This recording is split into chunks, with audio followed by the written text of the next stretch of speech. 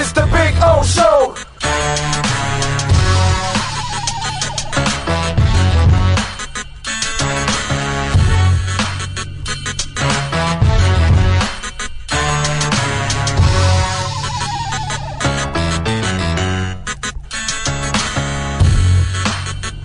This is the Big O Show.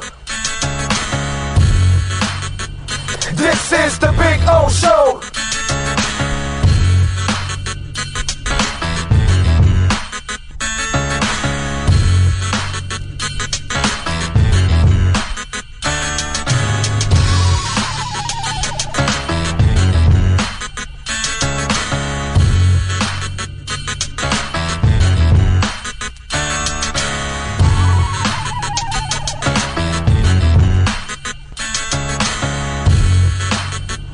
This is the Big O Show. This is the Big O Show. This is the Big O Show.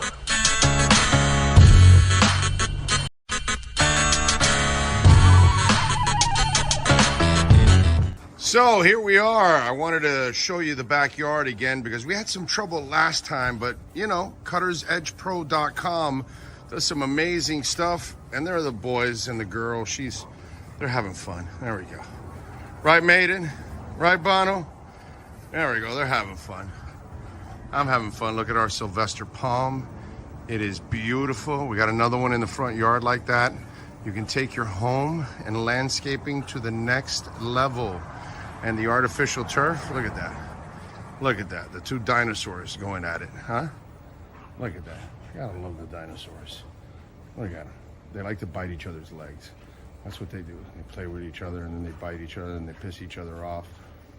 It's fun. One is Bono, which is the one farther away from you, and Maiden. She's the girl right here. She's a badass. That's for sure. So anyway, see the flowers are coming out. Very nice. cuttersedgepro.com, folks. This big tree there will start budding that I'm showing you there soon. It'll have all kinds of flowers. I'll post another video and I'll show it to you. This is a backyard where everybody gets to hang out. Over there in the corner there, I put the barbecue and cook. So that way it's the farthest away from the house, you know. If I light myself on fire or somebody else, we're out in the corner away from everybody. There you go. So you can get some flowers coming out, which is a beautiful thing. And I swear by this artificial turf, it always looks phenomenal. I don't have to cut it. I don't have to water it. And so I'm saving a lot of money, hundreds and thousands in the long run, because I'm not watering or, of course, cutting the grass. And you know, here in South Florida, we cut the grass like every 10 to 14 days.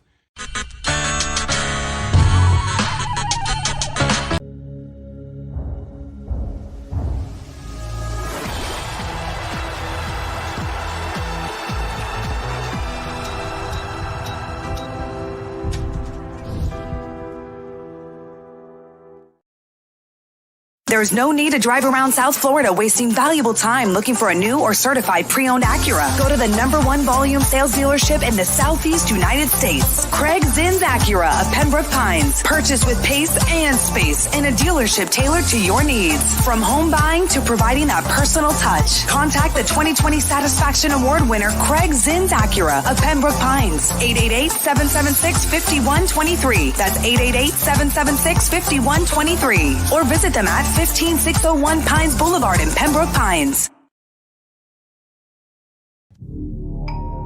Oh, I think I know what this is. Houston, we have a package. Hello? No matter where you are, the Sloman Shield home security system guards your home. With next-gen perimeter protection, 24/7 monitoring, and interior motion sensing. And right now, get a free Sloman Shield security system and doorbell camera, all professionally installed, for free. Shield your world, the Sloman Shield. When presenting an award to an employee, athlete, executive, or fantasy GM, make sure you call Orvieto's Awards and More. For 35 years, these custom award specialists have been providing plaques, trophies, custom framing, while providing state-of-the-art laser and computerized engraving, UV printing, and glass crystal etching. They do all their engraving and printing in-house for quality control. Call Charles at 305-949-8098 or visit them at orvietosawards.com. Orvieto's Awards and More, where recognition is rewarding. More tables, more entertainment.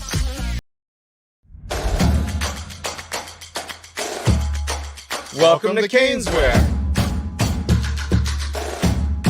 New store, new items, same great experience.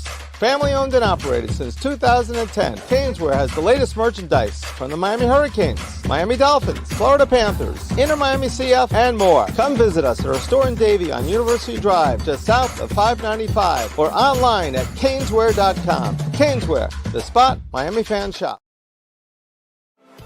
Welton Rayom has more than 62 years of litigation experience handling insurance disputes. They're committed to resolving even the toughest insurance claims quickly. Call them for a free consultation. 954-966-4646. At Welton Rayom, they don't get paid unless you win. Property damage claims to your home, business, or condo as a result of a hurricane. Welton Rayom can help. Water, mold, fire, smoke damage, Welton Rayom can help. Call 954-966-4646.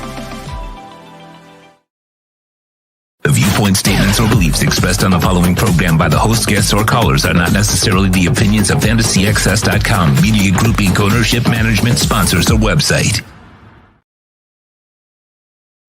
When it comes to South Florida sports teams, very few in the media have witnessed, lived, and covered it like the Big O. Let's start the program dedicated to your favorite South Florida teams with a passion that's unmatched. The Big O Radio Show is on. Here's the Big O. All right. Yes, sir. All right. I'm just cruising around here watching, Twitter, and the New York Post has a story. Teacher had a baby with an underage pupil while on bail for sex with another 15-year-old boy. Sharing is caring. That's all I can tell you, folks. She's very nurturing. Woo. All right. Welcome aboard, huh? That's a way to start the show right there from Hialeah Park. Yes, sir. We got your no regret first bet right there. Ready to go. We're ready to rock and roll. I got my Stone shirt. What year is this? I forgot now. 2019. All right. The XLs. All right. Anyway, so I've never worn this shirt. I've never worn this shirt. Oh, it's good. It's good. It's good. It's good to go into, deep into the closet and say, yeah, let's go to that XL section now. Maybe one day we'll be going to that large section. Only got a couple of those. I do actually have a couple of larges. There's a couple of shirts that I saw that were really nice. I said, I'll lose it eventually. And they're there. They're waiting. They're waiting to be styled. You know what I'm saying? So it's all good in the hood. We are out here at Hialeah Park, so come on out and join us. We will be out here for a couple of hours having some fun. I'm sure Steve Calabro will be coming by and joining us. I'm trying to set up a guest. We'll see if it happens. Been going back and forth with him now. We'll see if we can lock it in. And a Heat guest. Talk a little Heat basketball with him. Saw his show yesterday, and a lot of the stuff that they were talking about I really agreed with, and I thought it was really, really good stuff. So I figured, get somebody else's point of view on some of this crazy stuff going on with the Heat. And we'll talk a little bit about how screwed up the Heat situation is, and not an easy thing that they got to climb out of, but it's one that they're going to have to, unfortunately. And we'll get to that. Last night was a performance that you want from your team. You can't help it when you have a bad day in the office, at work, right? Parenting, whatever it is. We all have a bad day. And they had a bad day a couple of nights ago on Monday night in game one, where obviously they were a little rusty, and Boston came out and took it to them. And you wanted to see them bounce back. And obviously, Boston scoring the first goal was not what you wanted to see. But what happened after that was an absolute domination. And it's exactly how you want your team to respond from adversity and to send a message. Because yesterday, it wasn't just about getting the series even, because you could not go to Boston down 2-0. Not that it's strange, because in hockey, it really, if you're a good team, it's not over for you because you lost the 2 games at home. It's the weirdest shit. Now, in basketball, I would tell you there's a good chance you're done if you lost the first 2 games. And like the Denver Nuggets, they lost already. I don't care that they won the championship. I have watched those 2 games. Minnesota's better. They're just better. They can defend them. And that's something that's Miami was nowhere near deserving to be on the same court with Denver last year. I know they got there, but we saw the difference. There's a difference there.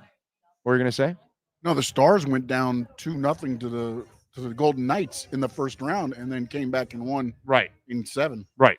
So hockey's strange in that sense, but you didn't go down 2-0. You responded. You sent a message. You physically dominated them, and that Tkachuk and Pastrnak, right? Pastrnak is how it's pronounced.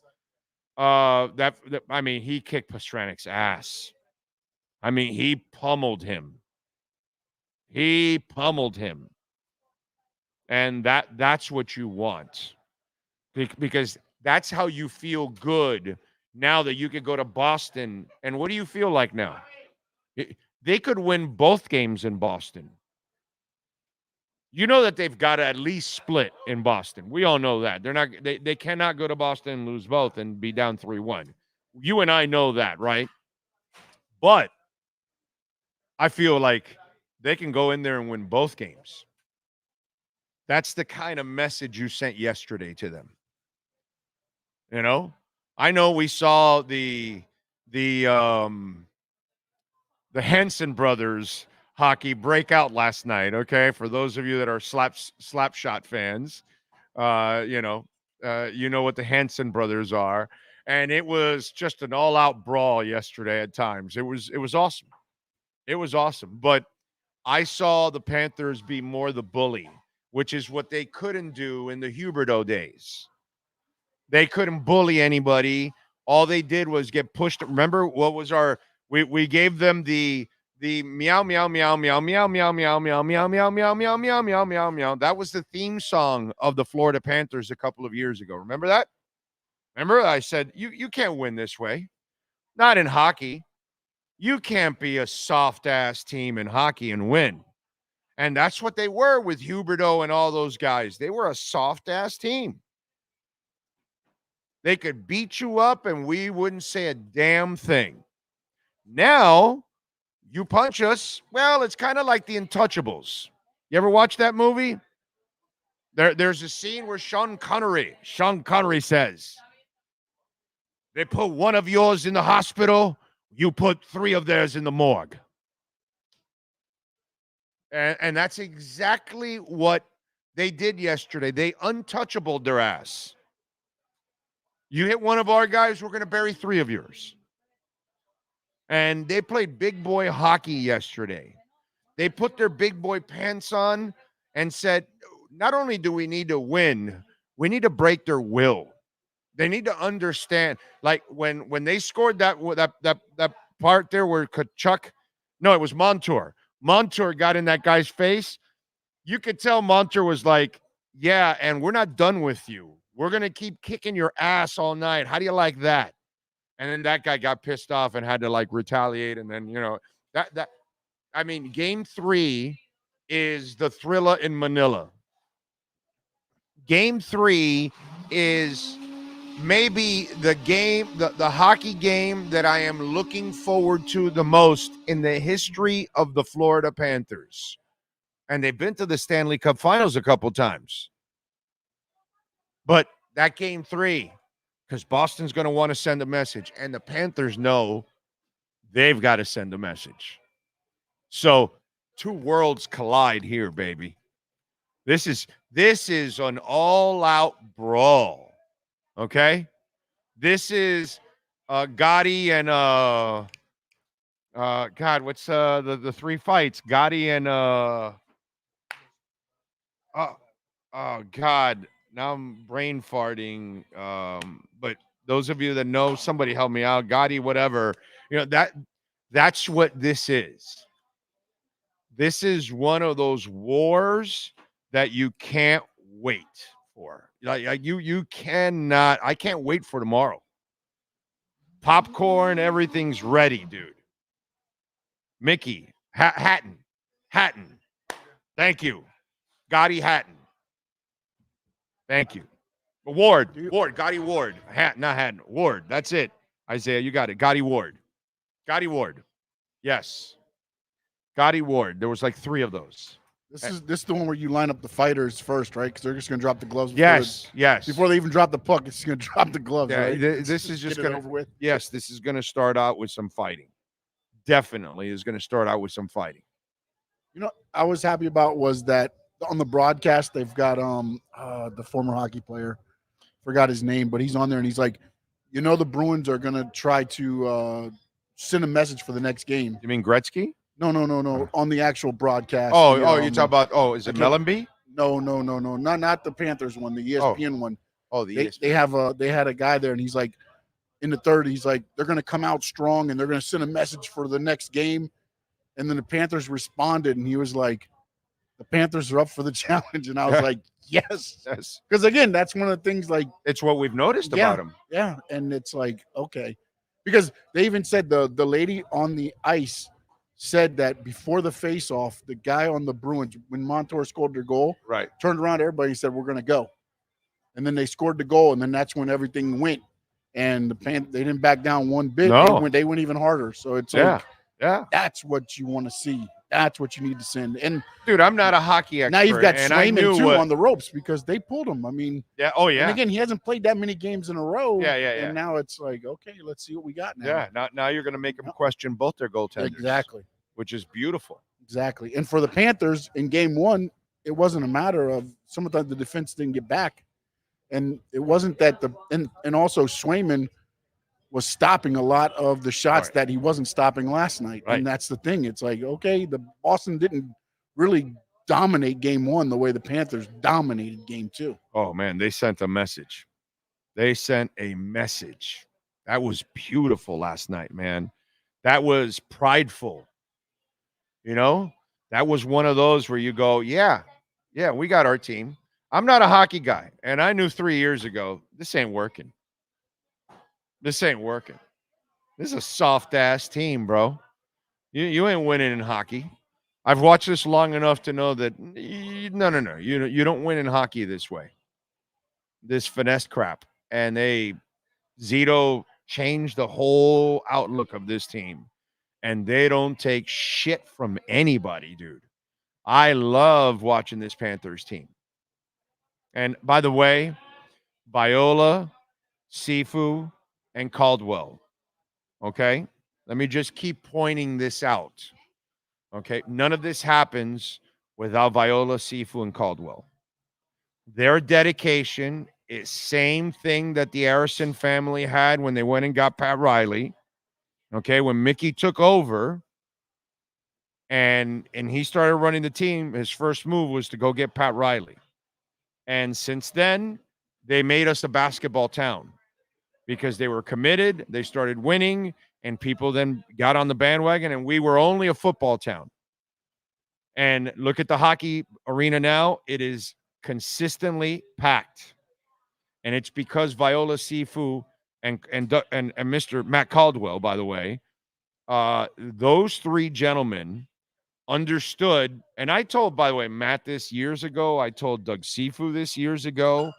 I said, guys, you'll be fine. You just got to keep committing and staying with it and get the best players possible and win. You don't have to necessarily win the title, but you got to prove to people that you want to win every year and try to make the playoffs and maybe even make noise in the playoffs. And they've made the playoffs now 5 years in a row.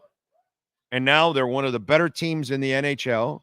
People have seen their commitment, not just there, but at War Memorial. And now people are buying in.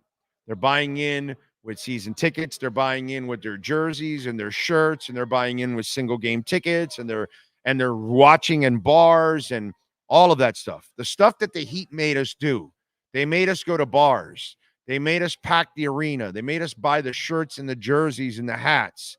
And they made us become a part of their family because they welcomed us.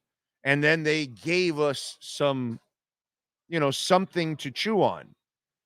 And then that's how you have that symbiotic relationship. That's why we don't have it with the Marlins, because there is no connection. There is no commitment. And hockey has made that commitment. And that's why it continues to grow and continues to grow and continues to grow. And more people who didn't know about hockey will learn about hockey. We'll watch hockey. We'll tolerate hockey. You'll get more people on the fence. You'll get more people to become fanatics. That's how it happens. The people that are never even interested, all of a sudden, let me see what's going on.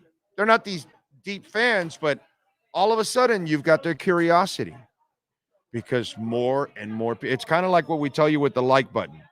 There's 89 watching. There's 31. I always tell you, hit that like button. We needed to catch up with the views. That way it gets out there more and more people see it. And then we can get more people to sign on to the platform and all those kind of things because it builds up. And that's what happens. More and more people, more eyes, more people on social media, more people buying, they're going to Caneswear and using our code BIG010 and getting 10% off their Panthers shirts and hats and jerseys and all that kind of stuff. So they're seeing more Panther stuff. I went to, I've been to Atlanta several times, but a couple years back, I went for the SEC Media Days. And everywhere was Atlanta United on buses, on benches. And I'm like, it's a Falcons town, bro. Maybe they like the Braves too, but United? And then there's 70,000 people in their stadium. They won the MLS Cup a few years back with our coach, by the way. The InterMiami coach won the MLS Cup in Atlanta a few years back.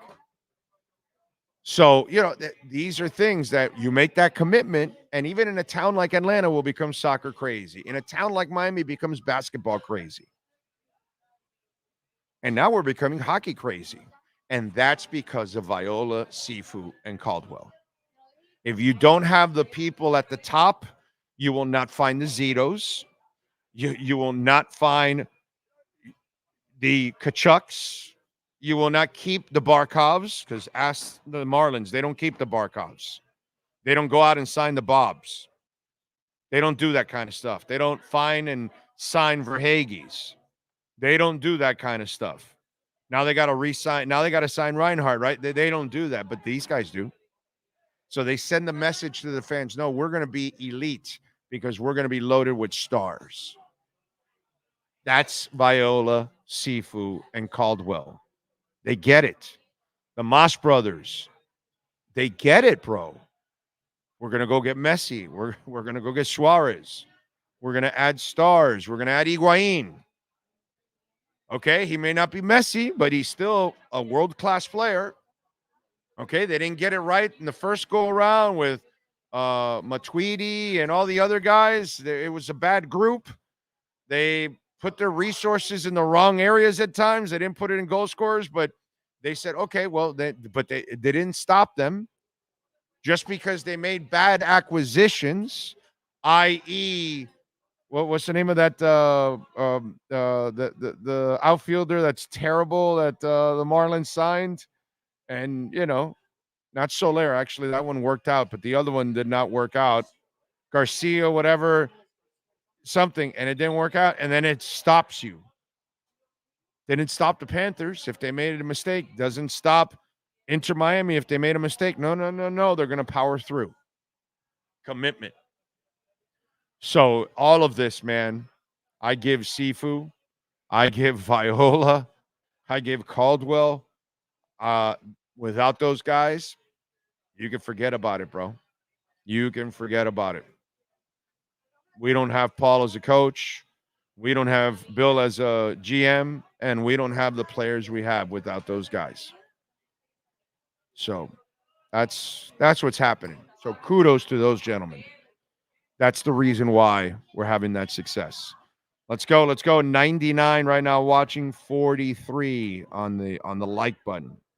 Come on, man. Let's match that 99. Woo! I've been waiting for you. Oh, 99. What do you got? No, I was gonna say, if anybody's in the Fort Lauderdale area Saturday, you can head over to the War Memorial where they're doing a watch party at the Ice Den or whatever they're calling it now. I'm not sure. Yeah. But their tickets, I believe it's at Panthers.com. I saw it on the Twitter thing. But if you're in the Fort Lauderdale area, I'm not sure what's available still or if That should be a cool. But it's for the Game 3 in Boston, doing a watch party there at Smart. the practice Bring arena. people there so they can check it out, and they can bring their kids, and they can come It's for a commitment. They've made a commitment. Yes, exactly. And then also, I'm sure there's other places, but I want to make No, sure and plus, people know about and that there's- one as well. And there's just so areas they to know. go there Yeah. to eat and all that Yeah. kind of stuff Yeah, in it's that right area. there. So it's Right actually, there in the Fort Lauderdale area. yeah, it's actually a cool place, man. So it's a cool place. Yeah, there you go, hot dog heaven. Manolo Rivera is number 1. He says, hello, chat. Remember to hit that like button. Yeah, let's go. Let's go. It's stuck on 49, bro. Let's go. Cosa Nostra, afternoon. Great thrilling win. Yes, sir. Steven Gonzalez. How about Tkachuk? That guy's a badass. Couple right-hand punches for the knockout. Can't F with that guy. Yeah, that's a few years back, I said, you got to get rid of Huberdeau and find a star for him. This team needs a number 1 star because Barkov is a stud, but he's not really like the face. He's not really the lead guy. And they went and got Tkachuk. And Tkachuk is the ultimate Panther of all time because he's a tough guy and he's a great player. He's also a selfless player. Go check out his assist numbers this year. You know, he reads the game beautifully. You need him to be physical and be an antagonizer. He will be. You need him to be a scorer. He will be. You need him to be a facilitator. He will be. You need him to get in people's faces or the opponent's face. He's going to do it, man. You need him to lead by example, playing with a broken clavicle last year. I mean, the best player on the team is on the ice with a broken clavicle.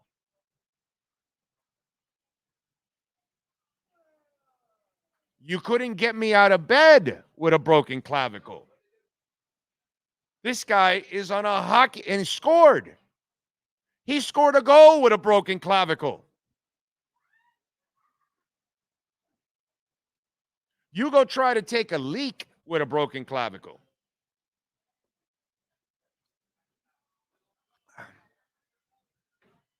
Much less play a hockey game. Try to get on skates with a broken clavicle. Nobody on the ice. Just want you to skate around with a broken clavicle. That's all. I'm just asking you. I'm asking you to get to the skating rink with a broken clavicle, put on skates, and go skate around just with a broken clavicle. Nobody around. Nobody's going to check you. Nobody. Just want you to do that. I bet you can't. Second, you hit the brake in the car one time, and you're you're not even going to want to go to the you won't even get to the car.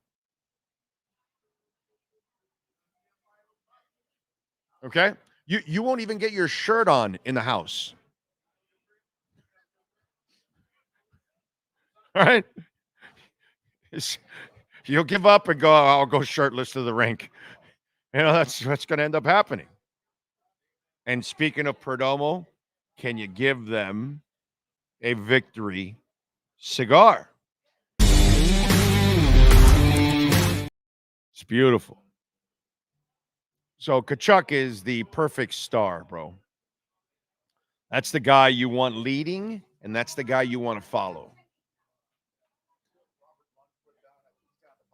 On the way to the bottom, Robert Lund. Barkov is a super role player in a way. No, because he scores. Like, he scores. Yeah, and he plays defense. So he does. Yeah, no, he's not a number one, but he's a number two. And Bam is neither. So no, I'm not giving that. What he's not is he can't do what Butler does, and he can't do what Tkachuk does. The emotional part of it. That's not who he is, because he's a goober. Yeah, that's not who he is. He kind of plays hard on the ice, and he leads that way, but it's a different kind. He's a number two. He's a perfect number two. Not a number one, but a perfect number two. Jay Gelfin is in the house. What a game. Loved the end. All 10-minute penalties were a smart move by the refs. Even the Stars got in the fray. Yep. Think Blue Dodgers. Sam I Am. This is the year. Dolphins are 23-1 to win the Super Bowl on FanDuel and even more on DraftKings and other places. Only second to Bitcoin for guaranteed results. There we go. I like it.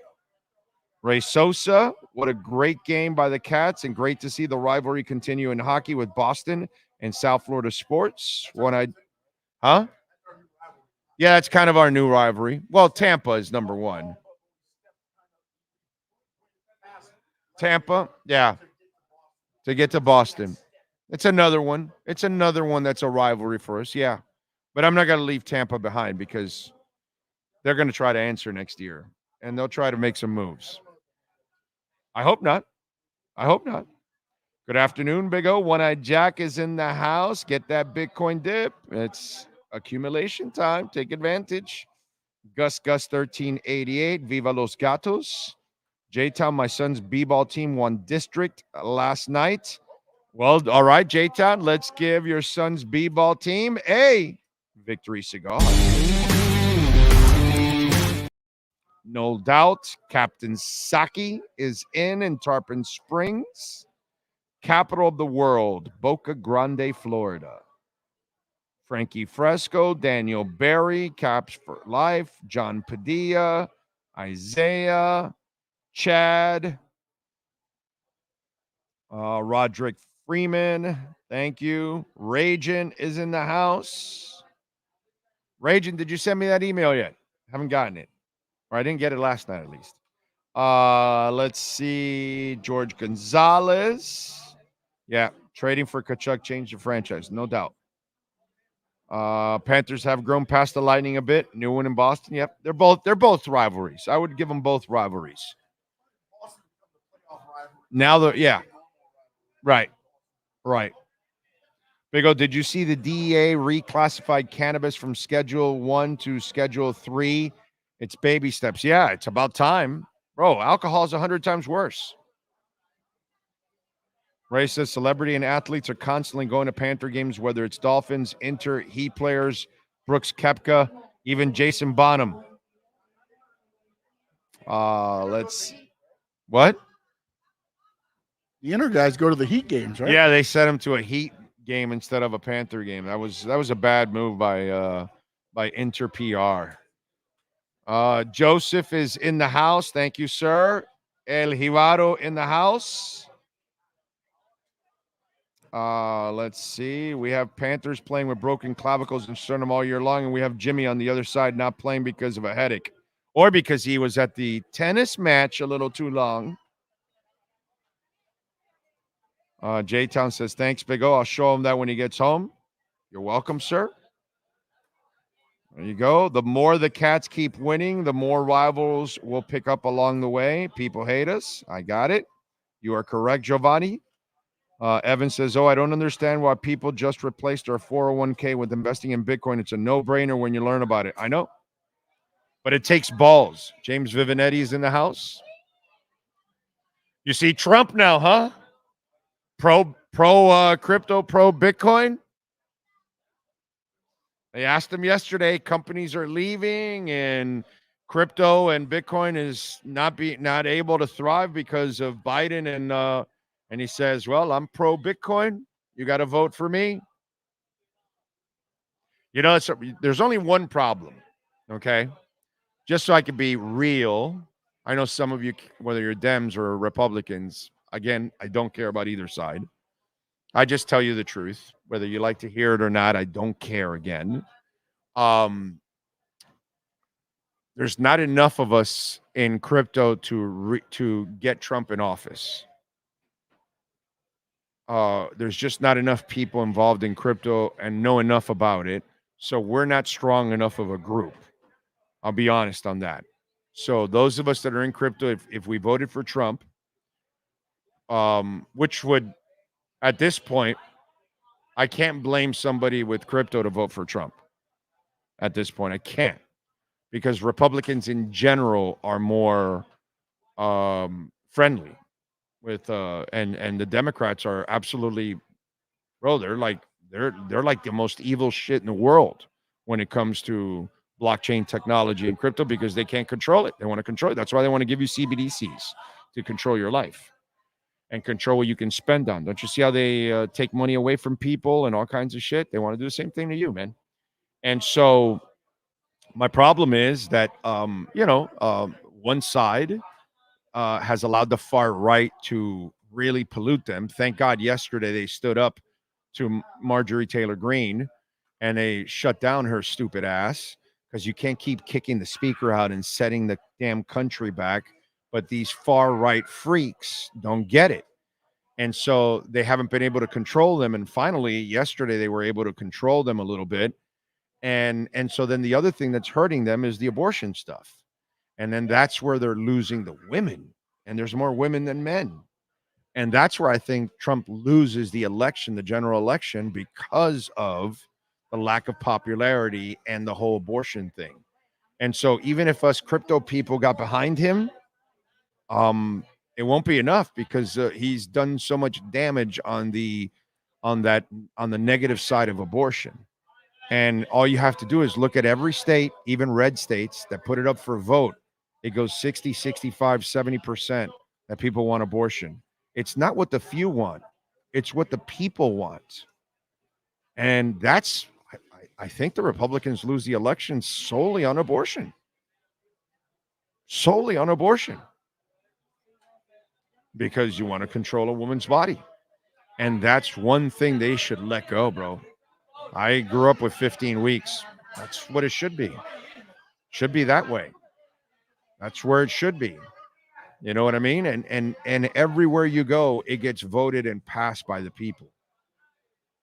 Everywhere. Red states, blue states, they all pass. These rules have been passed. These laws have been passed because they've been forced. Because they rigged it where they put conservative people in charge. But it's not what the general public wants. And that's where, if you're Democrat or Republican, you fail your people. You have to listen to your people. If they want something or don't want something in general, you cannot be red or blue about it. You have to be red, white, and blue about it. You have to be objective about it. And in general, people want legal abortions. So why go against it? That's going to completely hurt you. So it's interesting. It's an interesting because both candidates suck. They're both garbage, right? But their personal things and what they're committed to is what buries them. You know what I mean? Biden is the easiest candidate to beat. All the Republicans had to do was pick anybody else. Bro, did you see Nikki Haley got 22% of the vote 2 nights ago? That's Republicans sending Trump a message. She hasn't been in the race for months, and she got 22% of the vote. That tells you all you need to know, bro. The problem's within their own party. And that's the problem with that far left and the far right. They don't know how to be in the middle. So, So I'm thinking, I'm going, so do I vote for Trump because I'm a Bitcoin guy and I don't want CBDCs? And that's what the Dems want to, but there's not enough of us because most of you don't know anything about Bitcoin and crypto. As I tell you all the time, some of you that are watch, you know, because you're educated enough about it and you've gotten educated here. But most people, they know nothing about it. Look at the Ohio State students. Look how stupid they are. You know, and those of you that are anti-crypto or anti-Bitcoin, that's exactly what I think. You're stupid, by the way. You're uneducated, you're stupid, you're ignorant.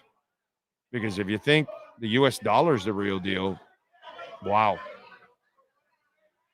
That's king-size stupidity. So, anyway. So there you go. Spoke my piece, as always. Let's see. What else? It is what it is. What are you going to do?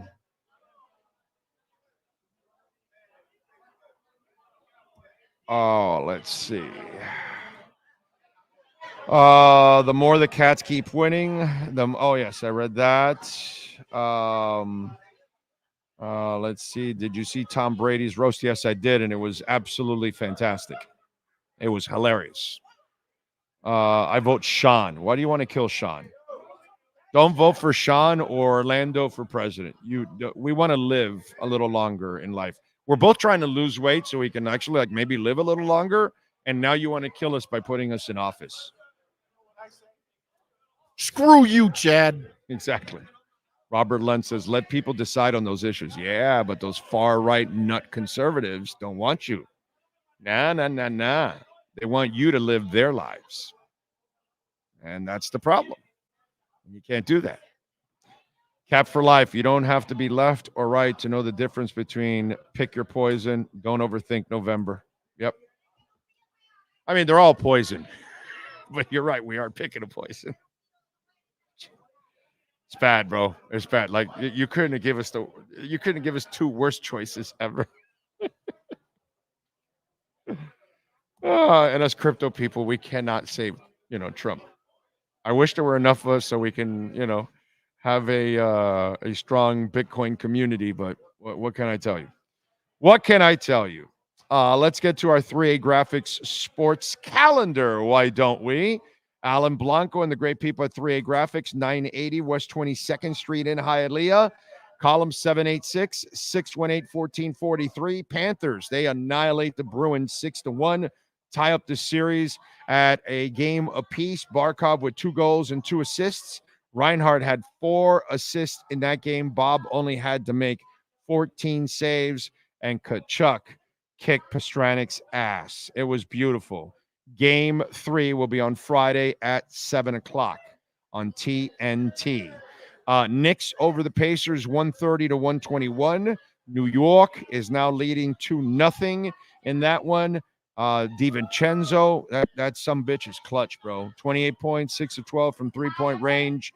He is a fearless cat. Halliburton had 34 in a losing cause. Brunson got injured and came back, had 29 points in a winning cause. Anunoby had 28 in a losing cause. In baseball, F.I.U. defeats UM 9-7, dropping the Canes to 21-26 on the season. F.I.U. is 25-22. Friday, UM will visit Vautech. That's their last conference road trip of the year. Tonight in basketball, 7 o'clock, ESPN, Cavs and Celtics. Celtics favored by 13.5, over and unders 212. 9:30 on ESPN, Thunder and Mavs. The OKC Thunder is favored by 5. The over and under is 218.5. That is your 3A Graphics sports calendar. All right. Got it? Get it? Good. Where's Bitcoin at? Because I know it was at 61 something, then it went up to 62, and it is still 62,359. So it's trying to go up some. We'll see. Just the good thing is it's been 2 months of accumulation period. I think we're just crossing a little over 2 months, and I look at it as a blessing. That's the way I look at it. It gives me time to accumulate. And as I tell you all out there, I know most of us. I don't have it. I'm sure Sean does. Do you have a 62,000 laying around there? You sure you don't have an extra 62 to spare for me? Okay, so most of us really can't afford a Bitcoin. But if you accumulate over time, you might be able to get to maybe 20, 25% of a Bitcoin. And I think that if you get to that in 10 years, you're going to put your family in one hell of a position. Okay, put it that way. Because it could be a quarter of a Bitcoin could be easily worth more than $250,000, maybe $300,000 to $400,000. Because it's going to go well over $1 million. I know it sounds crazy. I know it's hard to understand, but I think I saw it today, the stat, there's 1.9 million Bitcoins left on all the exchanges. And there's a guy named Mr. 100. We don't even know if he's a Mr., if he's a Mrs., or if it's a company or a country.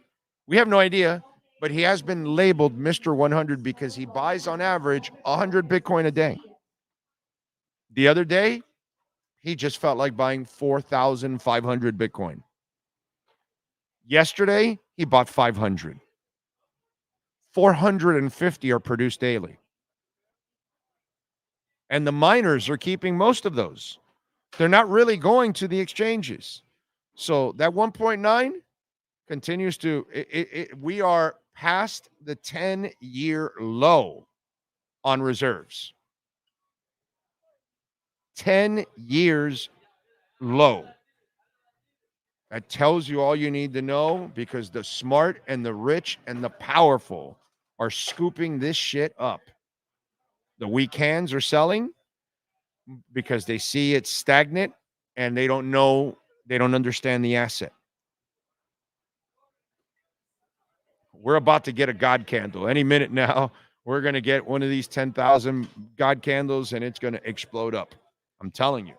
It's going to happen, and then a lot of people are going to regret that they didn't stick with it. When I told you to stick with it at 16 and I told you to stick with it at 26, and we had lulls along the way. This one's been the longest one of them all. But it's going to pay off. You got to stay with it. But the beauty is, it's what I've told my friends that, believe me. I've told the ones that don't. I've told the acquaintances that believe me, sponsors that believe me, that or you don't. You're going to regret when it explodes that you didn't take the time to accumulate as much as possible. And you might have had a chance to accumulate even more, but you weren't sure about it, or you weren't convinced, or you never got in, or whatever it is, and then it explodes, and all you're going to do is live with regrets. And if you keep thinking that you're too late, it's the most ridiculous thing out there. You're not even close to being late. You're still early. And altcoins have dipped to some really fine lows that you can take advantage of. So do your homework. Not a financial advisor by any stretch, but do your homework. And if you believe in it and you got conviction, like I do, and you stay with it, it's going to pay off for you. That's all I'm saying. And we don't need to be rich and have an entire Bitcoin.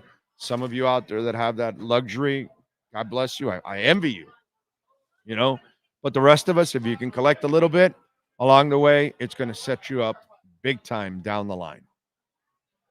So these are very few opportunities that come in a lifetime. And things like this are not coming normally. Ragin says, I'm dreading November. Well, yeah, because we lose either way. So, it's just, which one do you think will be not as bad as the other? Brett says, most people are unable to think long-term and thus will never be successful in investing or in crypto, sadly. I don't know. I don't know if I've ever disagreed with anything freaking Brett ever puts out there. Seriously. Like, that guy only puts shit that makes sense. It's logical, just intelligent shit, just everything well thought out. And if you follow Brett Dodger, then you probably are a successful investor. Because that guy, every single time he posts something, it's something smart, something that's logical. Lenny Pena is in the house. Hope you're all having a great day. We are. We're blessed. 67 on the likes, 97 watching. Come on, baby. And remember, you can make a donation through Cash App or Venmo at Cash Big O Show. That is Cash Big O Show, Cash App or Venmo. Big O, buenas tardes, mi hermano. Greetings from Plainfield, Illinois. I'm taking the wife to Geneva, Wisconsin to Lake Geneva, Wisconsin for Mother's Day. It's a beautiful lake city in Wisconsin. Got to take the missus there one day. I have heard of Lake Geneva. I have heard of it very much. A lot of people brag about Lake Geneva. Have a great time out there at Mother's Day, my friend. I'm just glad I'm able to walk around on Mother's Day weekend now. So, Cedola's in the house. The NBA playoffs are way better than the NFL's, and the NHL is better than both. Cat for life. Me and Big O always don't see eye to eye, but listen to him. Change is a coming. It's already here. Big O, how about the Sharks pick number 1 and 14 in the draft? Hope they don't get to where the Panthers are at. Hope they get to where the Panthers are. Oh, okay, because you're a left coast guy. Well, listen, I mean, the Sharks have been a great team in the past. They've had their time. You know what I'm saying? This is like our time. We've never had this. We had the fluky shit that happened in 96, but this is like legit. You know, like the Sharks back in the day. You guys were legit for a stretch. Okay? Dude, did they win it or they went to the cup? I think they just went.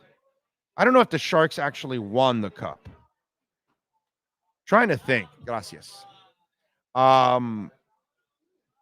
Did they win it? You know who their GM is, right? Who? Mike Greer. Chris's brother? Chris's brother's the GM? And thank you, Ray, for that. I looked up to verify just to make sure. So Chris's brother's the GM? Yeah, it says, I said, so who's dad the GM? was a GM. Mike Greer, San Jose So Sharks. dad was a GM and 2 sons were GMs now. How about that? There might be something in that family. I don't know. But some of you all just keep hating on Chris Greer. I think he's done an awesome job, dude. I think he's done an awesome job. Yes, sir. They did win the conference championship in 15-16, a President's Trophy in 08-09. Right. No Stanley Cups. Right. I thought so. 6 division champs. So they did get to 1 Stanley Cup. They just didn't win They haven't done anything since basically 15-16. Yeah. They had their run. Pretty much. Yeah. They definitely had their run. So, all good. Hateful Steve, thank you, sir. Appreciate it. Cash App or Venmo. That's Cash Big O Show. That is Cash Big O Show. Cash App or Venmo. All right. He says, Axios CNN reported 12% of voters say abortion is the most important issue, down 27%. So you could say abortion will determine the election, but that's not based on... I don't really care about data or polls or any of that. I don't care about any of that, Steve. You follow all that shit. It wasn't like Hillary supposed to kill Trump? And how did that work out? Like, people are laughing like Trump has no shot.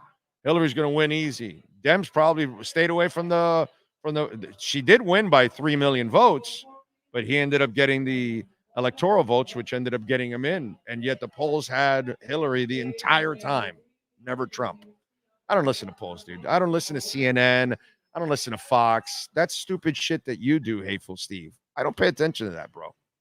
Okay? I look at what's going on, and it gets voted down everywhere. Red states, it gets voted down. They don't want it.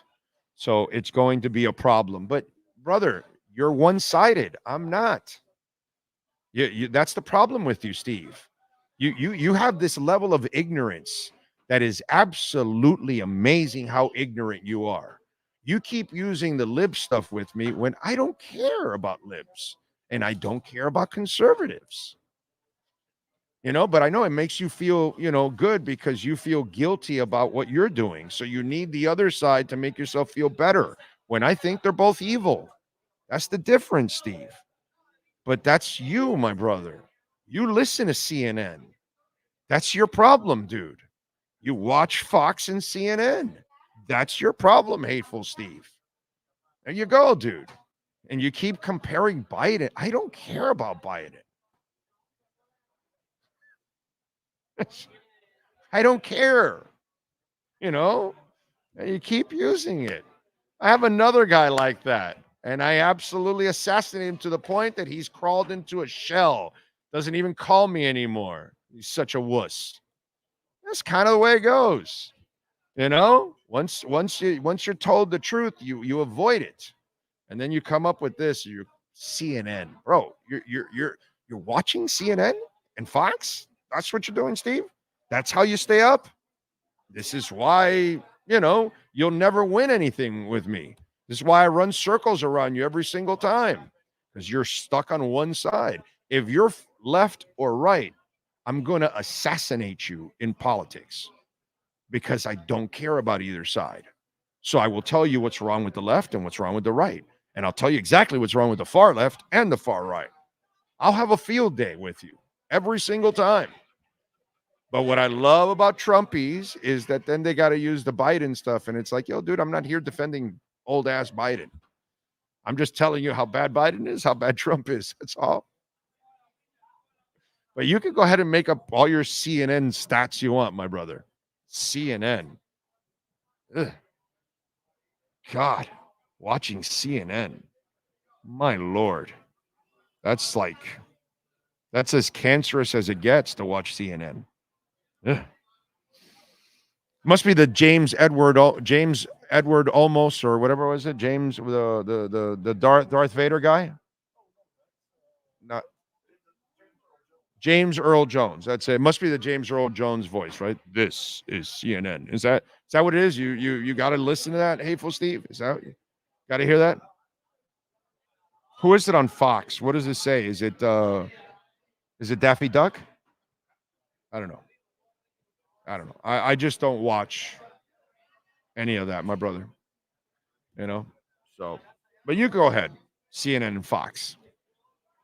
Knock yourself out.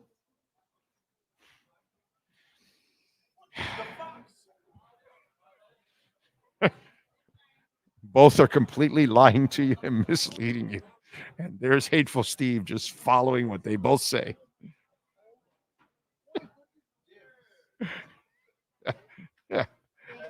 These poll of these bleeding heart Dems. This poll of these 100 conservatives. Yes, exactly. That's what they said. It must be law. Despite the success the franchise has experienced in its 31 seasons, the Sharks remain the only current California-based team to have never won a Stanley Cup. Wow. The Greer family knows their way around the front office of these teams. Yeah. Why is Dan Le Batard overreacting to Pat's comments and saying the Heat would be crazy to not extend Butler? First of all, Isaiah, I don't know if Dan said that or not. I love Dan to death. I got nothing but immense love and respect for Dan Le Batard. So I don't know if he said that. All I could tell you is, in my opinion, I wouldn't re-sign Butler for no reason at all. And I've said that I'm a year ahead of everybody on this shit. I would have traded him last year. Okay? I would have traded. I'm on record. It's there. The video's there. Okay? Just like I said, trade X 3 years ago after the 10 interceptions. So I'm way ahead of everybody. All of you talking about it now, you're a year behind me. Okay, so I don't know what side Levitard is on, but all I can tell you is a year ago I would have shipped his ass out of here. I don't know what to tell you. But if that's Dan's opinion, that's fine. Completely disagree. I think it makes zero sense to extend Jimmy Butler. I think Jimmy Butler's done. History in the archives. He can't play every day because his body cannot allow him to do it anymore. So he's basically a con artist the last couple of years because he knows his body will break down. So he cannot play Himmy basketball. He can't be playoff Jimmy every night because if he's that, which is what the Heat need, in other words, because they're not good enough, they don't have a star that can lift them up. He knows his body can't hold up anymore. And I think the Heat know that now too. They might have been kind of questioning it last year, but after going through 2 years in a row of a descaroete, but last year they let it slide because you got the breaks, Giannis is out, everything went your way, you ended up in the finals. So you let it slide. But you knew it was bullshit what he did last year. And then he did it again this year, and then look what happens. So then that's when you got to kind of clean your hands with it. And that's why Riley knows that the culture he built is rotting from inside because of Jimmy Butler. It's the strangest thing, dude. Jimmy fits the culture, and then he doesn't fit the culture. But you can't be part-time culture. It can't be culture only in the playoffs. And you can't be just coasting through 60% of the season. 40% you don't play, and the other 20 when you do play, you're coasting, dude. You're barely trying in the regular season now. You have to trade Jimmy. So I don't care about what Levitard or Ira or Anthony Chang or anybody else, Locked on Heat or anything else anybody else says. They might be agreeing with me. They might disagree with me. I don't care. What I would have done already, I would have traded him last year. That's what I would have done. But what can I tell you? In the last couple of years, I've disagreed several times with Pat Riley on things he's done. Dion Waiters, Hassan Whiteside. I'm on record for a lot of stuff, and it's before the fact stuff, and not after the fact stuff. And this is another one. I would have traded his ass last year in a heartbeat, bro. In a heartbeat. Man Dog says politics, it's a dirty. Yeah, it's incredibly dirty. Yes, sir. Brett says, I admire you not carrying a stance, which you have honed beautifully over the years. I'm proud. It also applies me not caring as well. We have Brett. What do Democrats and Republicans do for us to care? They do nothing, dude. They bury our economy. They bury our dollar. They print like crazy. They lifted restrictions on banks. They want to control you as CBDCs. Property insurance is going through the roof. I mean, it's ridiculous. We don't benefit for anything, dude. And they all bury us. The dumb thing is to defend any of it. That's a stupid thing. Let's see. Mike will lead the Sharks. We have sucked in recent years. I hope so. I did not realize Mike Greer was part of it, but what the hell? Let's root for him. Outside of the Panthers, of course. They're playing the Panthers, then, Mike Greer and Sharks, well, we need you to lose badly. On a scale of 1 to 10, how bad do you want Butler gone? 12. Gone. It's you got to move on, bro. You got to move on. It's falling apart. It's bad.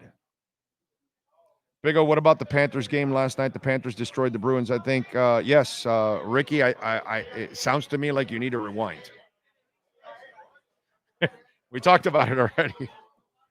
Welton Rayom, we talk about that all the time because Jeff Welton, Daniel Rayom are just absolute ass kickers. And by the way, you know, DeSantis done some really good stuff lately with the protesting stuff. That crap ain't going on here, right? The squatters law, that crap ain't going on here, right? But one thing he was terrible at is homeowners insurance. He gave all the power to the companies and took away everything from us. And the rates are going through the roof. Less companies are working the state of Florida. It's not good. And, you know, that little discounted $1 billion bill that, you know how much it gets discounted from your homeowner's insurance? Just over 1%. But don't worry, you'll pay less on school supplies or something, you know, like those of us that don't have kids anymore, that's really not a thing for me, you know, but whatever. So that he hurt us in, okay? Again, I am objective as hell. I'll tell you the good and the bad, okay? And he killed us with the homeowners insurance here in the state of Florida. Killed us. So you know what's the most important thing? Lawyer. You better have the best lawyer possible because these insurance companies are going to eat you alive. So the first thing you need to do is call Welton Rayom, 954-966-4646. We are entering hurricane season. Please save this number on your cell phone, 954-966-4646. We saw it firsthand. They crushed Progressive Insurance for us. I mean, crushed them, dude. They weren't even close to what they wanted, what we needed to get to repair the wall on our house. And, you know, gaping hole in our house, like, hey, man, you know, and they were abusive. But when you have lawyers taking over, you bring them to their knees. And Jeff Welt and Daniel Rayom are ass kickers. Great people, too, by the way. I was in the stunt plane with Daniel Rayom this weekend, okay? And Jeff Welt and I, we go to concerts all the time. We talk. Great people, man. 954-966-4646. Even one of our listeners in Orlando hired them. Bankruptcy, homeowner property damage, condo damage, criminal defense, business owner claims, commercial litigation, personal injury. Call Welton Rayom, 954-966-4646. By the way, tomorrow, we will have, David Furones and Manny Navarro. We're going to be at Acura of Pembroke Pines, okay? So make sure you join us there. What else do we have going on? You know, this is it's interesting because we have a basketball player in town that doesn't take the regular season serious. And last night I'm watching. Do you think the NHL playoffs are kind of physical there, Sean? Not at all, right? And so Reinhardt, by the way, you know, the guy that had 4 assists yesterday, he played 82 games, 82 hockey games. And I want to tell you that playing 20 hockey games is like playing 82 basketball games. Okay? The physicality of 82 doesn't even come close to 20 NHL games. Let's call it like we see it. Tkachuk, by the way, played 80 games. Forsling played 80 games. Verhaeghe played 76. And Barkov played 73 because he had legit injuries. So he missed 9 games with legit injuries. And then you've got to go, I think the playoffs get a little bit more physical than the regular season. Just a little bit. I don't know if you guys watched it, but, you know. And here we have Jimmy Butler, who can't play a basketball game after he hangs out at a tennis match all day. Here we have Jimmy Butler, who takes the 3rd game of the regular season off because wear and tear. Meanwhile, Tkachuk is playing with a broken clavicle. Radko Gudas was playing with a high ankle sprain. Any of you had a high ankle sprain? Oh, my God. High ankle sprain. You can't put any weight on the leg. That son of a bitch must have shot that thing up to a point that, I mean, that's a tough hombre. A high ankle sprain, and you got to stop on skates. Let me repeat that again. A high ankle sprain, and you got to stop on skates.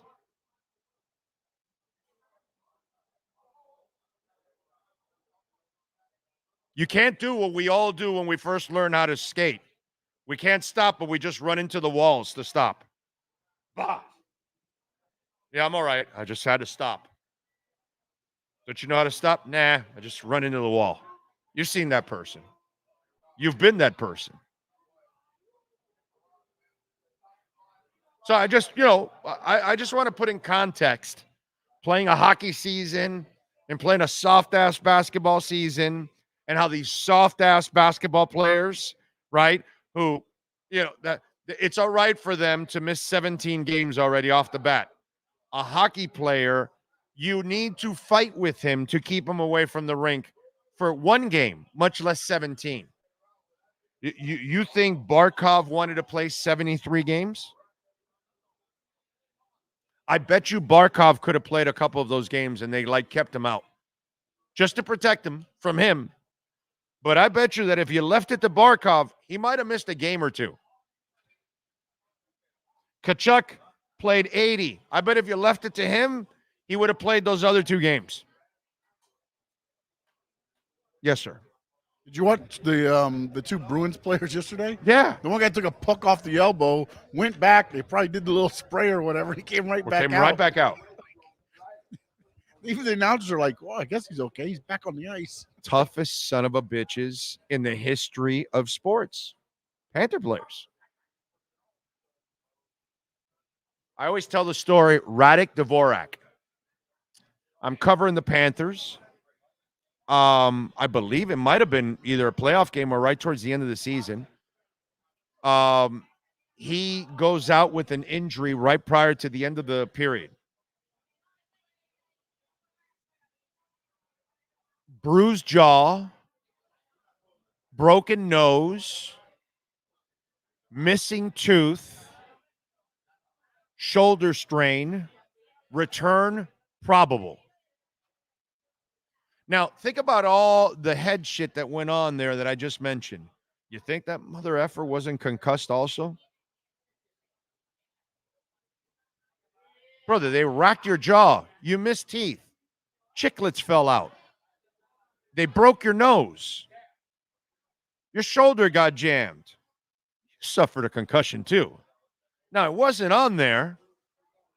And even in those days, it might have been smelling salt, and you're back out again. There wasn't even any of that. But this is 90s, okay? Return probable. You're like, this is just, and the next period. Radek Dvorak is on the ice. And you're like, that's hockey. That's hockey.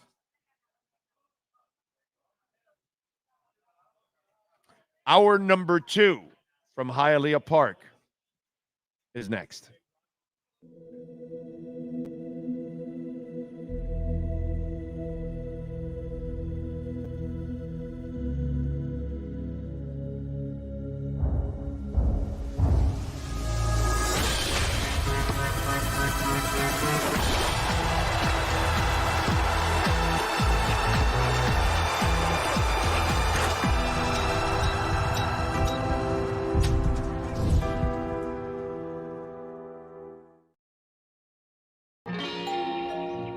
Great. You have a doorbell camera. Now you have a front row seat to your house getting robbed. They're breaking into my house! Ooh, there goes the TV. I'm sure it'll turn up at the pawn shop. No, not the TV! Just because you can see them, that doesn't mean you can stop them. With Slogans, you get 24-hour monitoring, a free home security system, and professional installation. Plus, free doorbell camera, one that'll actually work for you. Get out of my house! Get out of the house! Call 1-800-ALARM-ME. For over 16 years, EJDconstruction.com has provided South Florida residents quality craftsmanship, accurate project management, and exceptional service. That's why EJDconstruction.com is an A-rated member of Angie's List and the Better Business Bureau. When you're looking for the right custom home builder for additions or home remodeling, please call my friend Eric at 305-433-4843. That's 305-433-4843 for EJDconstruction.com. When presenting an award to an employee, athlete, executive, or fantasy GM, make sure you call Orvieto's Awards and More. For 35 years, these custom award specialists have been providing plaques, trophies, custom framing, while providing state-of-the-art laser and computerized engraving, UV printing, and glass crystal etching. They do all their engraving and printing in-house for quality control. Call Charles at 305-949-8098 or visit them at orvietosawards.com. Orvieto's Awards and More, where recognition is rewarding.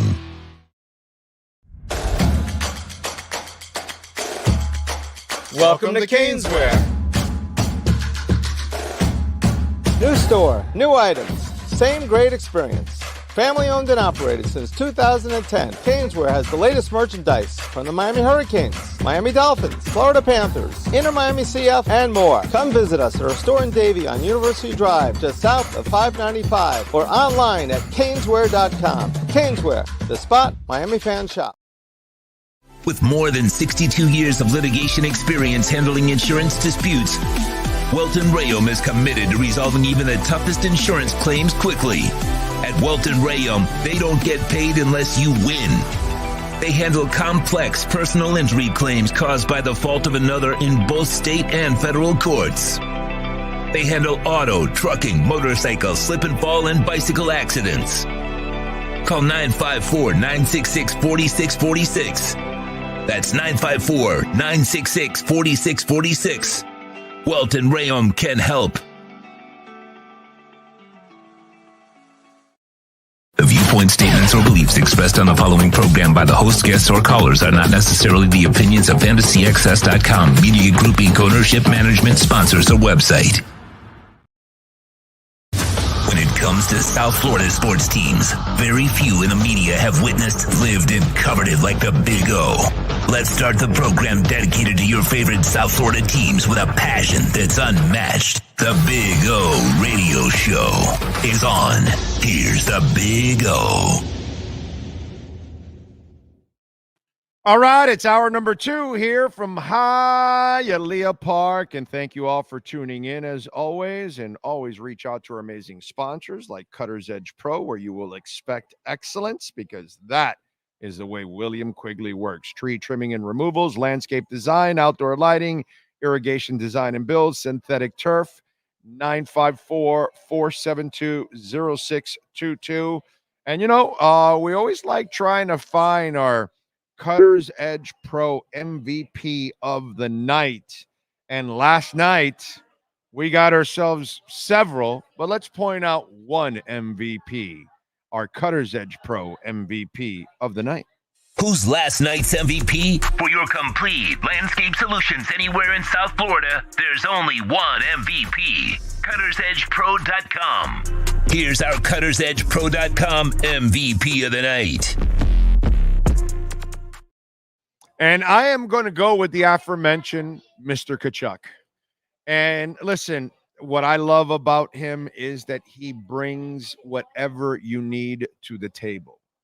And last night, his ass kicking of David Pastrnak was just an absolute message sender. I could tell you about his stats, and I could tell you what he did. And yes, he's going to score. He's going to assist. He's going to do anything that you want. But that's what I love about this guy. He is their true leader. And that's what this team needed badly. They needed a guy that was going to be emotionally, athletically, and physically the guy that you need leading your locker room, leading you on the ice, and leading you in victories. And that's exactly who Tkachuk is. Whether he's your leading goal scorer or assist guy or intimidator or agitator, whatever it is that he's got to do, he does it in an exceptional fashion. And he has zero issues having a bullseye on his back. Zero, dude. And as much as he can dish it out, he can take it. Because the other night, they slammed his ass into the wall. And all he's doing is getting up with a smile and spinning his mouthpiece. Yeah, it was last night. It was last night. I thought maybe it was game one. It was last night. And he just he's spinning his thing and, his mouthpiece and just getting up to get right back in the mix. He's not whining, complaining. He's not some kind of a softy or nothing. I love everything about that guy, dude.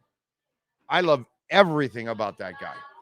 That's the perfect leader, face of your franchise.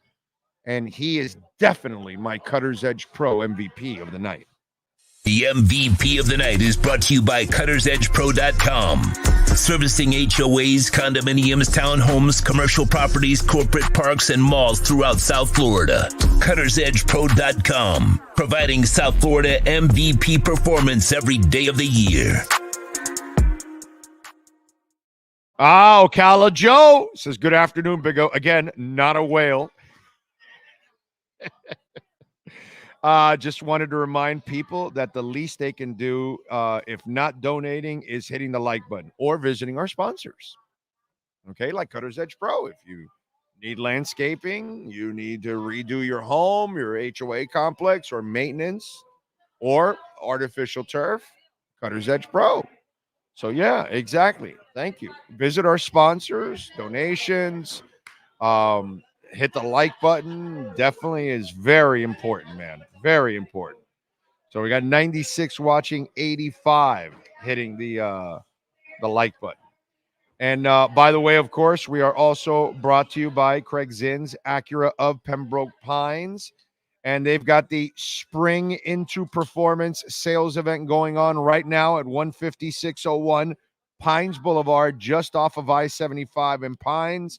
And, well, actually, now they've got their 16th anniversary sale going on right now, which is pretty cool.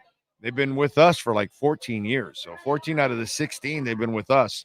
3.9% financing right now for 60 months, man. You can get the 2024 Integra for $319. You can get the RDX for $419 and the MDX for $429. And again, 3.9% financing for 60 months. So take advantage. If you own or lease an Acura, you got to go see Jordan Ferber and Mike Chan and all the great people out there. They will take care of you at Craig Zinn's Acura Pembroke Pines. We'll be there tomorrow, by the way, rocking and rolling, having some fun. So if you happen to be in the area, come on by and say hi. All right. Let's see. Big O, hockey players have constantly been cut in a game, up to 20, 30 stitches, broken nose, missing teeth, put on a face shield, and return to the same game. Yeah, it's crazy how they do that. Is Jalen Brunson the best player in the NBA? No, of course not. But he's a hell of a player. He's a great player. He's a franchise player. He's got a heart that cannot be measured. Okay. Jalen Brunson is a guy that everyone should have immense respect for. That's the way I would look at it. Great player, immense respect. Definitely not the best player in the league. Okay. Have you watched the kid in Minnesota? Yeah, I would think he's a little better, But anyway, it is what it is. Let's see. The Miami Heat wish they had a Jalen in basketball. A Jalen is the new word for Miami. Is there a great Jalen basketball player right now in the NBA? No, but I think he's referring to. No, I know what he's referring to. The Dolphins are all their Jalens. Yeah. But right now, I remember Jalen Rose. Only Jalen I can think of is Brunson. Honestly, for me, I don't watch a lot of. I watch the Heat pretty much, so I don't really can't. So Brunson's the only guy. Help us out, chat, because I can't think of anybody. I'll look it up on Google. Maybe there's somebody. Not a lot, I guess. Playing center Feels like a dad in the kitchen paying bills, fixing the toilet, fixing the car, while the kids are outside playing, having fun. I wonder if Reggie Miller got booed more than in the current Pacer player. Jaylen Brown on the Celtics. Oh, yeah, and Jalen Suggs now of the Magic. Yeah, Jaylen Brown. That's right. That's a good one. Yeah. I would probably take Jaylen Brown over Jalen Brunson. Probably. Not by much because of the turnovers. That frustrates me with Brown. So, yeah. What we do need more is a floor general point guard or a big defensive center to play next to Bam. They need a star, Troy. I don't give a shit what position it comes from. But they need a star that can carry the offensive load and that the offense is built around him. Could be point guard, could be forward, could be center. It doesn't matter to me what it is, but they don't have a star anymore on this team because even Jimmy Butler is no longer a star. Stars have to be able to play in the regular season and in the postseason. They have to carry you, and he can't carry you. He does. He's the lazy kid in school that does just enough to get a D or a low C just to pass. And that's, in other words, get you into the 8th seed in the play-in. That's not a star. That's not stars. Stars don't do that. Stars really carry you, dude. And they make sure that you're going to be,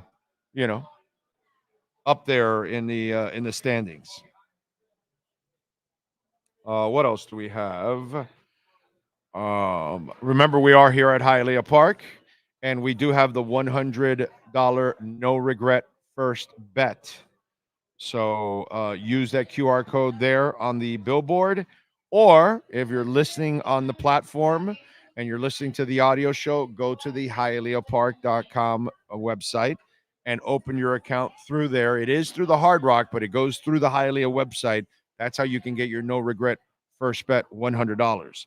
Now, if you already have an account with Hard Rock, remember to use a different email or a different phone number when you open that account so you can get your $100 no regret first bet and take advantage. Okay? You got the Panthers in the playoffs now. You got InterMiami playing some games. And you got all kinds of stuff going on that you can make some bets. Isn't the Canelo fight this weekend? Last weekend.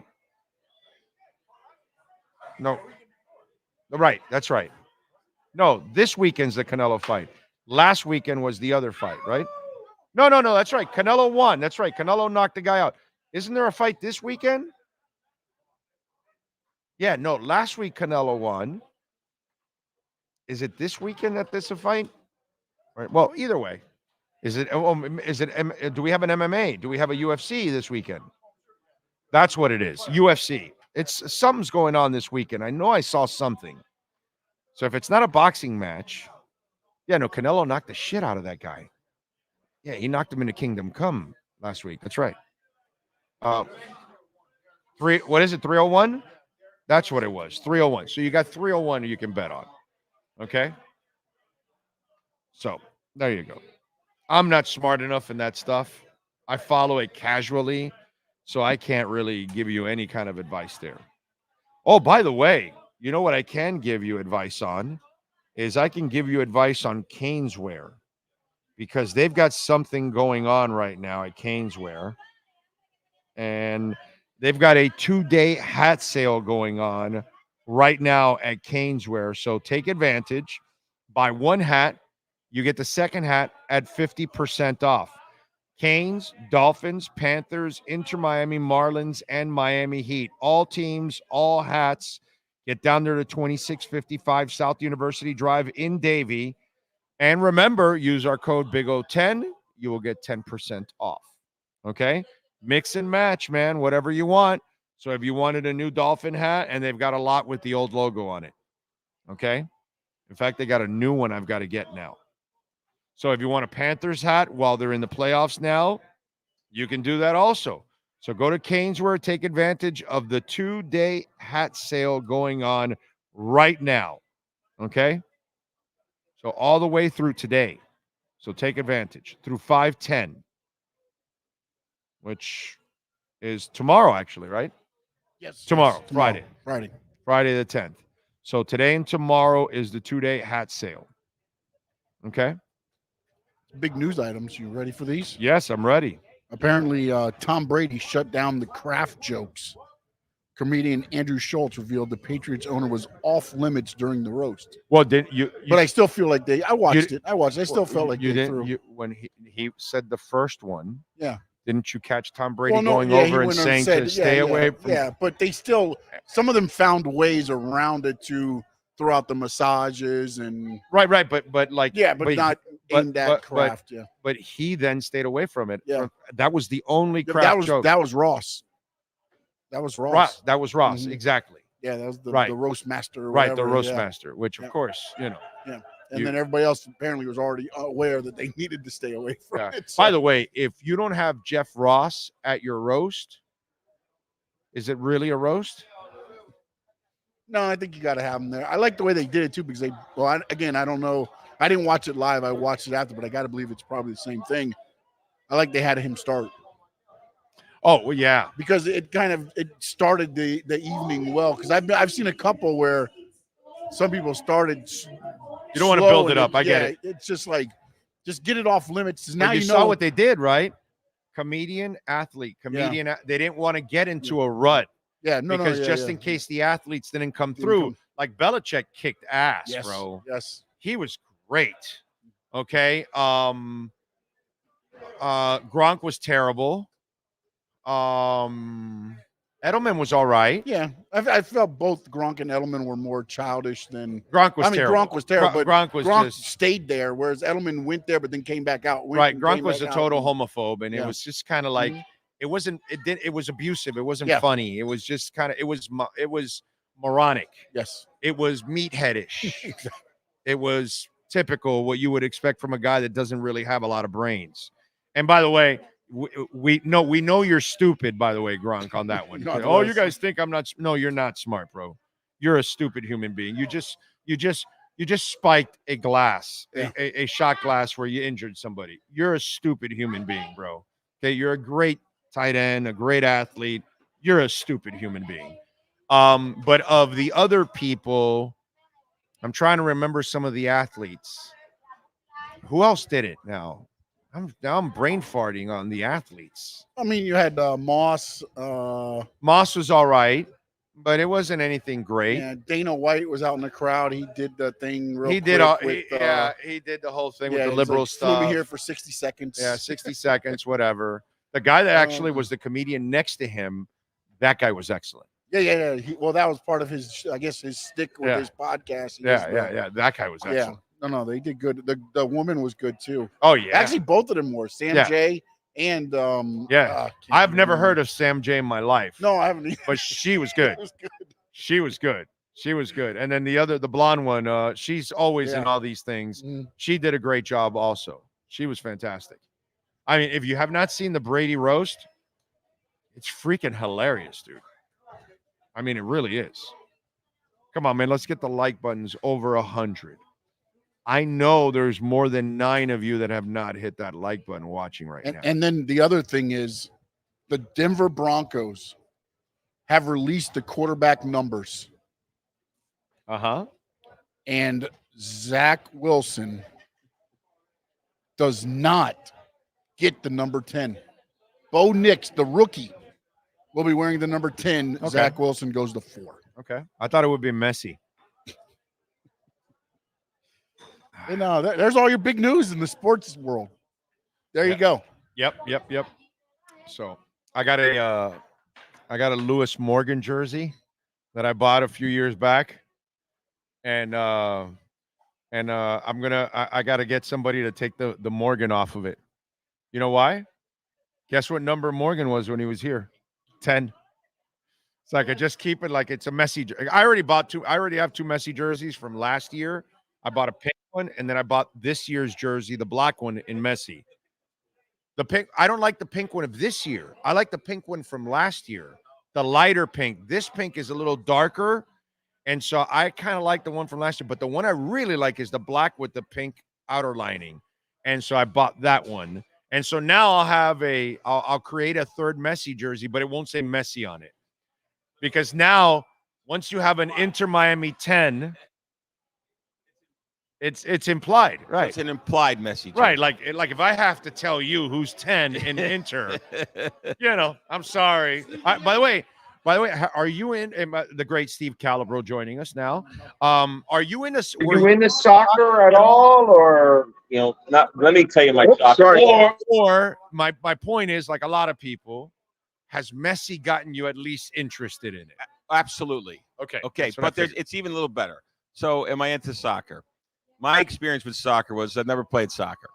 And then I had an Italian background, by the way. Italian background, the whole 9 yards. Is that criminal in your North Jersey, your culture?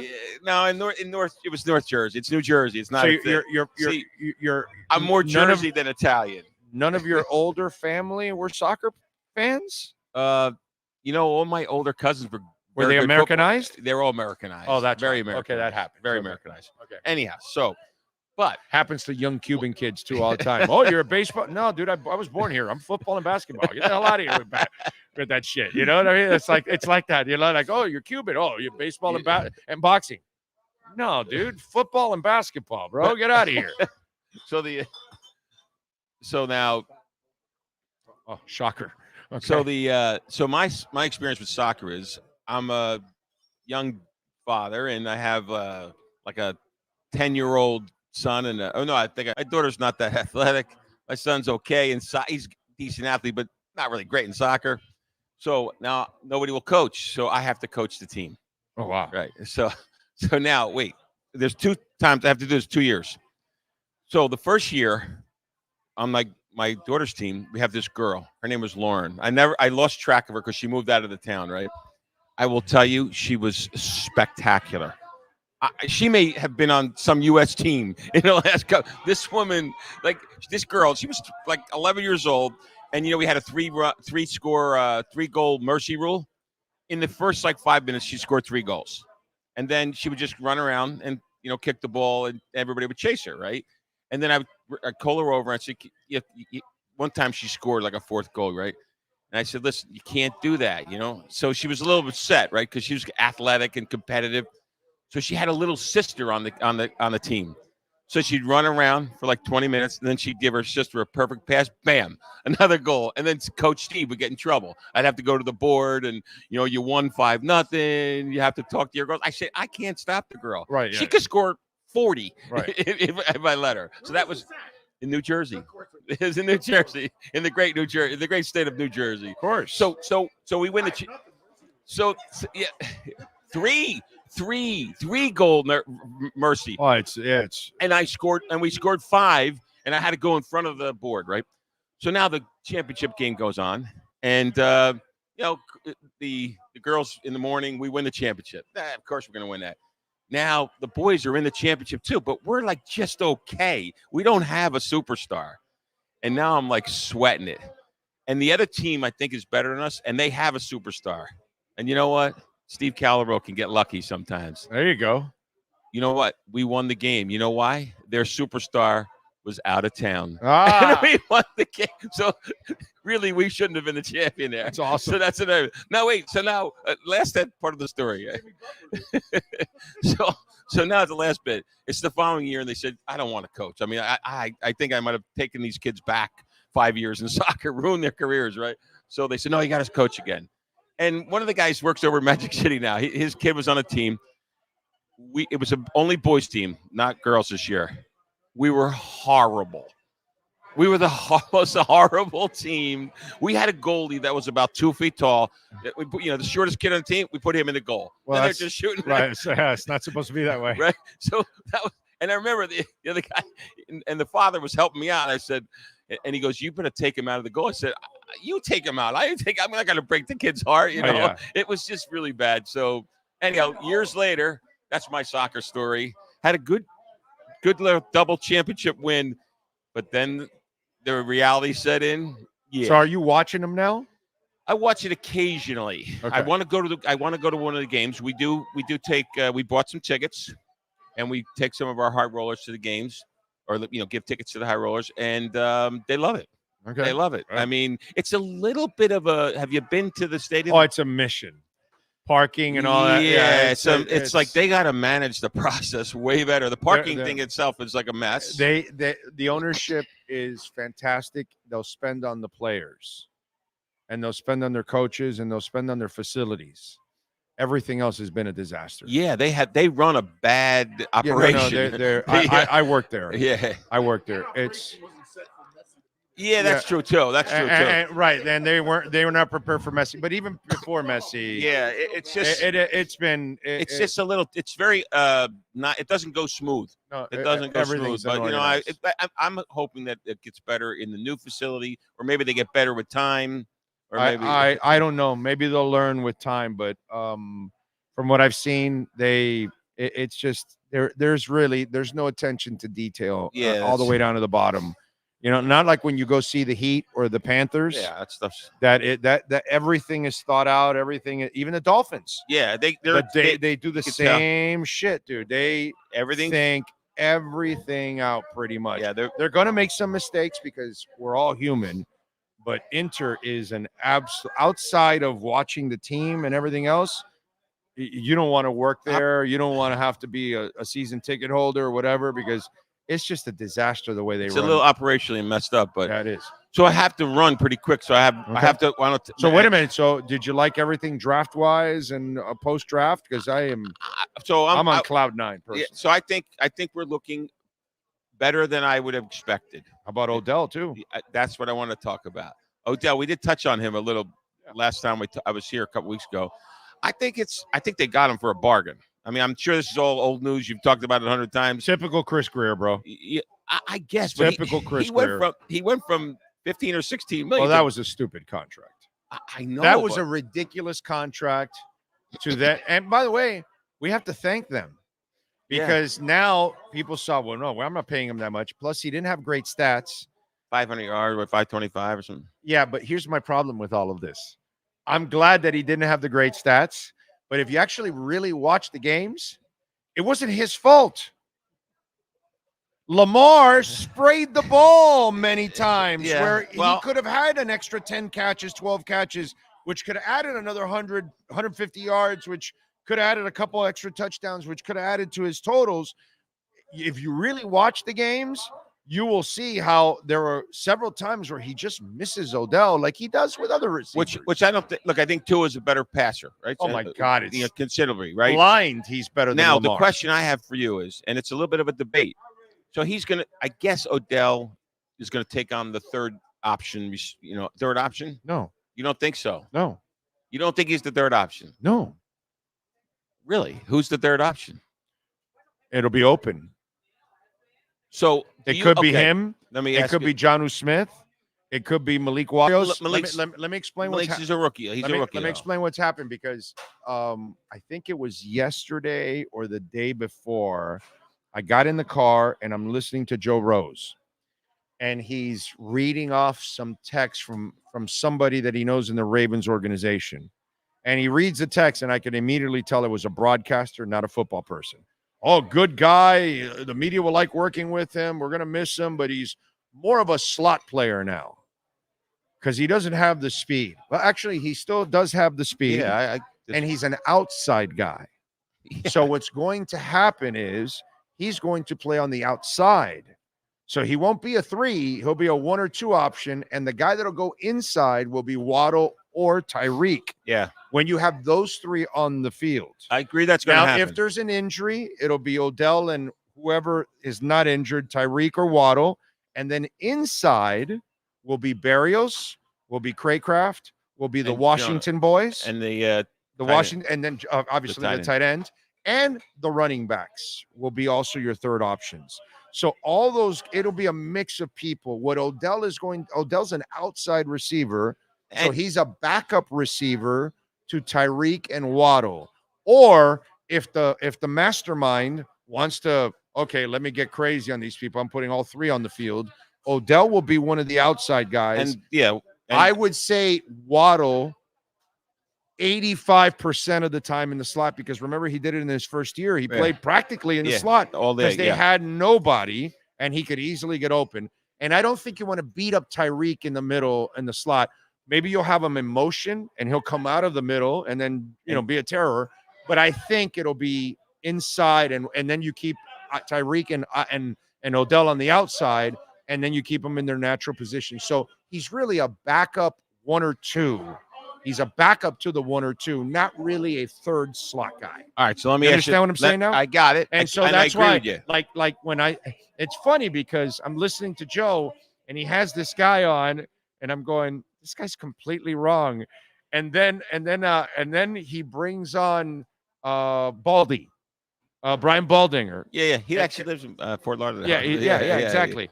And Brian comes on and says, well, Odell's not a slot guy. He's like a football guy came on, right? And I could tell Joe was reading a text from his former fellow broadcaster for the Ravens. Like, bro, you're listening to a broadcaster? Come on, bro. So the question, that's not really insight. I'm going to ask, and that's why. Listen to football people. He's on the outside, not on the inside. Okay, so I'm going to ask the question different. Obviously, Tyreek will be over 1,000 yards. Yes. There's very But there will be no more 1,700. That might be 1,500, right? It might be 1,500. Yeah, 14, 15. Waddle should be over 1,000. Oh, yeah. Right? The question I have is, who will be the third most yardage Dolphin receiver? That's a great question. And will that person get over 1,000? Oh, no. No. Probably that's a 700 or 800. No, I'm going to go Jonnu. So you think Jonnu will have more yards than Odell? Yes. Well, there's people because those people think he's playing in the slot, and they think he's getting all those reps when he's really not going to get those reps. He's going to be on the bench playing behind 1 and 2, where Jonnu will be starting on most downs. No, every down pretty much. Well, he's got to have somebody back him up. Yeah, but I mean, he's your number one pass catcher, and he brings speed. Something that Claypool and Gesicki didn't have, and clearly this guy has a hard on for speed. So speed is you got to. If you don't have speed, he doesn't want to use you, bro. It's a deciding fact. I'm okay with that. I'm not. I'm okay with it. I like it, bro. I like speed. Jim Jensen had no speed. No, Oronde Gadsden had no speed. But it's 2024. Man. It's 2024 now. The game is faster than it was 20 years ago. So there's no guys playing right now in the NFL that aren't necessarily burners, but they can use their bodies. There's lots of them, right? There's lots of them, but I like speed. I think speed I don't have works. A problem with that. I love it, but I hate. When I think of Gesicki, remember I'm a track guy. I'm an ex-track guy. Yeah, but when I think of Gesicki grabbing the ball in the middle of the end zone against the Ravens, 15 feet in the air, I'm like, that's a weapon. You cannot defend that. And so fades to midgets are a disadvantage for your quarterback because you're now asking them to be, oh my God, pinpoint perfect. They got to drop it in there. Sean, did I just hear Big O say that he misses Gesicki? Well, it's a sort of a version of, right? No, where's Gesicki from? New Jersey. Oh, okay, yeah. No, but it's not a Gesicki thing. It's the big target thing. I get it. Busting you. It was on a silver platter. No, I get it. You gave it to me on a silver platter. I get it, but I understand his thing with Gesicki. Not that I agree with it. Yeah, I know. But it's like nobody was slower than Oronde, and you knew what was happening, and you weren't going to stop it anyway. No, I get it. I just think that speed, I like it a lot. First of all, also as a fan, I kind of like watching speed. For sure, it's fun. But I love high pointing football. But I think that's actually but that's you got one of my favorite catches. You got to be 6'5", 6'4", 6'6", 6'7", or be like Hopkins. You can jump. You had a and vertical have great leap hands. And vertical leap. That's pretty definitely impressive. But definitely. But I just think so. I happen to think before I came here, I was thinking that Odell, because he might have a couple breakaways. He's a little bit of a breakaway guy too. Like, for sure. He turns a 10 on this offense, the way he designs it. Yeah, 10 or 15 yards, all of a sudden becomes 50, right? And so I like that. So I happen to think, I'm trying to predict going forward what Odell will have this year. I think he's going to have 700 yards. I really do. It could. Now, the question that I've now asked myself after you're talking, Will he be number 3 or will Jonah be number 3? I guess that's a tough one. That's a tough one. And remember, now they added Jalen Wright. So they have 3 running backs that they can stay with the offense Yeah, the now. dump off, yeah. So because last year when they had the other 2 banged up, they had to kind of change their offense because Wilson and Brooks, those guys aren't the same. So now you got a guy that's exactly like a Chan and Mostert. So now he can keep that fast offense going. That brings me another question. I wasn't going to bring it up, but it's a good question. So there's an odd man out in the running back group. I just told you those 2 guys are out. Brooks and Wilson. Wilson could get cut. No, Wilson I think's out. I think Wilson gets cut. I think they keep 4. Actually, I think they keep an extra. I don't think they kept 5 last year. I think they're keeping 5. I think they let go of Wilson and they keep the top 3 guys and Brooks because you also have Ingold.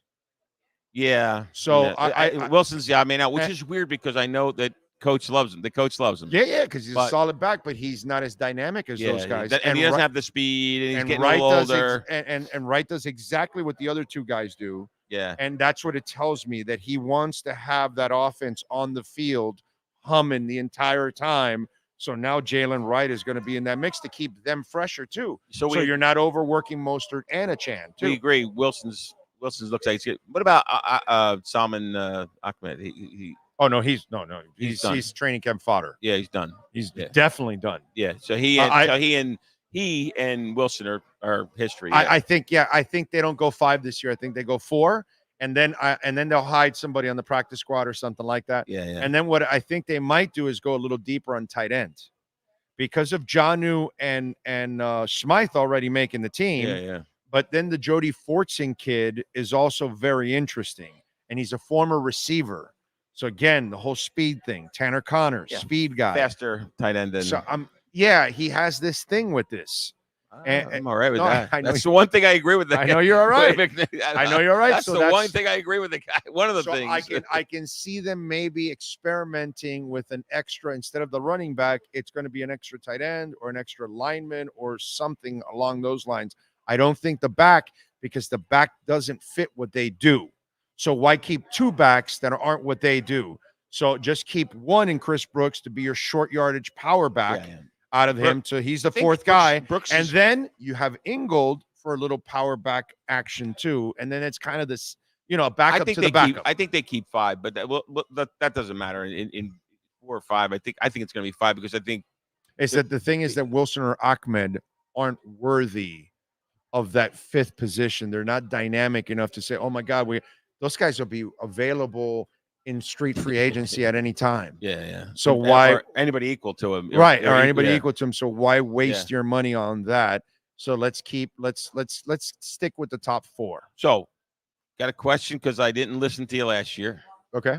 And I'm gonna ask you it again. Well, Bitcoin, you mean? Oh, no, well, yeah. I would be retired. I'd probably be if I listened to you. But anyhow, so the Nvidia did well last week. Yeah, I have some shares of that. It's way too little. Okay. Way too little. I look at my account like, what did I do? You should have bought more. That's one of those. Why did I only buy that? Sometimes you get like, what was I thinking? Like, should have bought more. Yeah, but that happens to all of us, man. But of course, it's Monday morning quarterbacking. But the how many wins for the Dolphins this year? Oh, we're going 11 or 12 wins. No, what are you going? 11 or 12? 12. You thinking 12? 12. Man, 12. I got to tell you, 12. We have some luck this year finally and stay healthy. I mean, you won last year. You said 11, right? You said it was 10.5. The line was 10.5, and they had 11. So wow. What do you think, Sean? I don't know. Stay healthy. Money? Oh, he's got him undefeated. I'm assuming health. He's got him 17-0. Okay.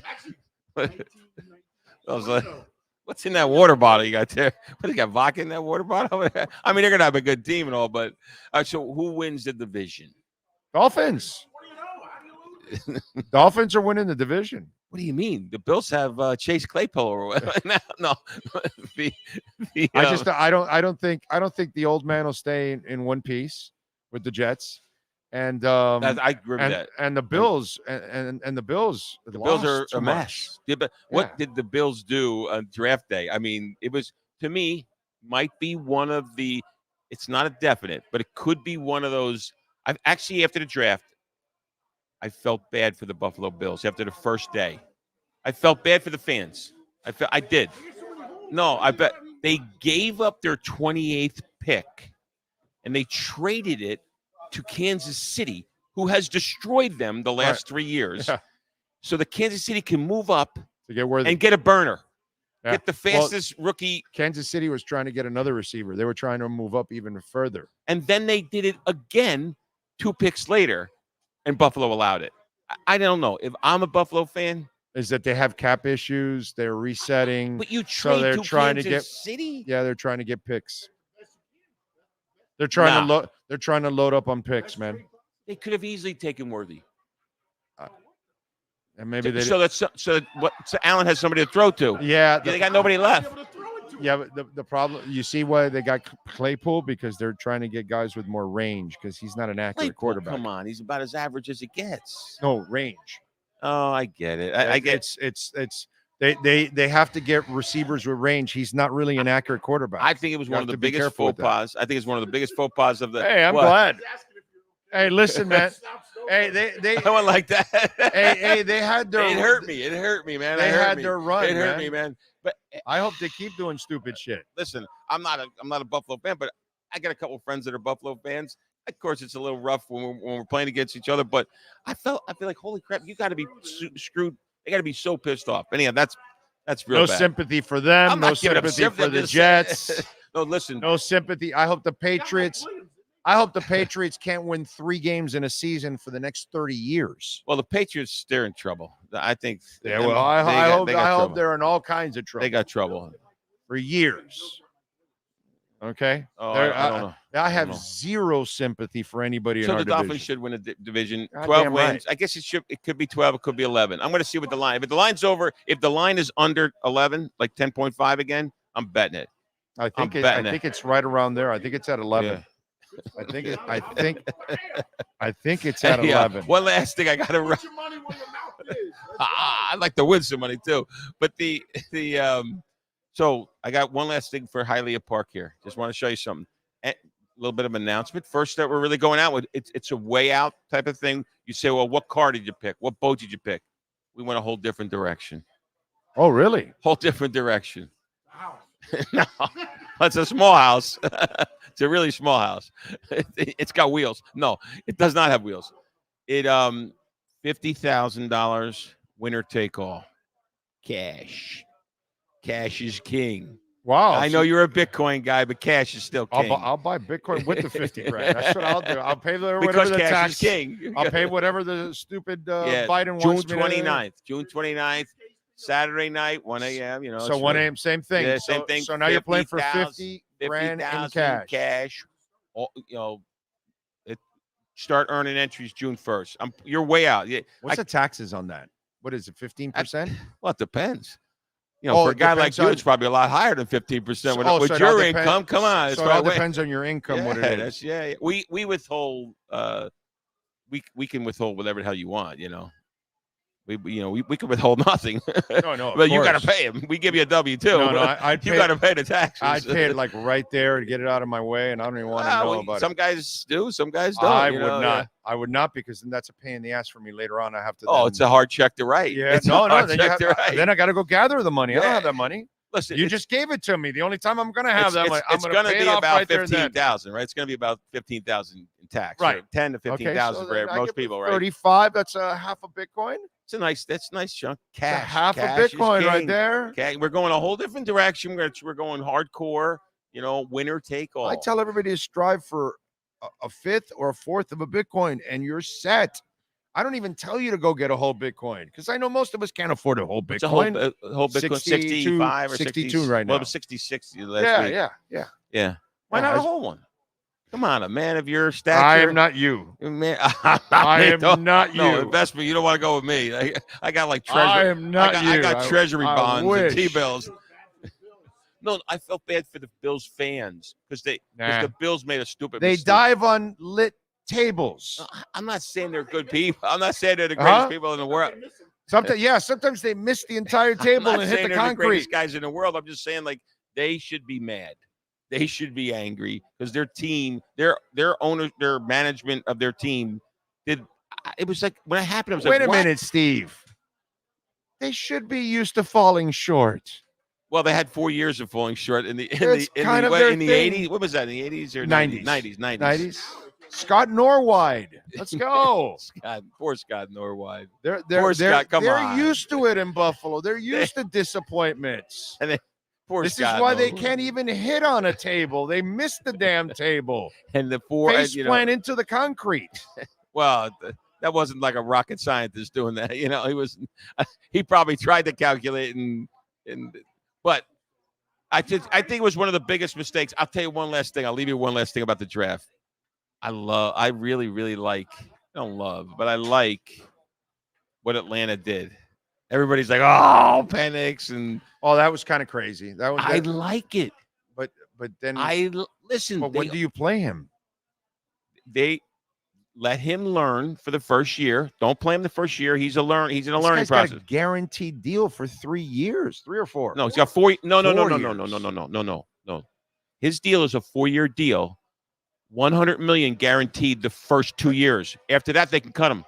Yeah, okay, but that's okay. So here's what they did. Think about it. It's a little bit businessy, a little bit weird businessy.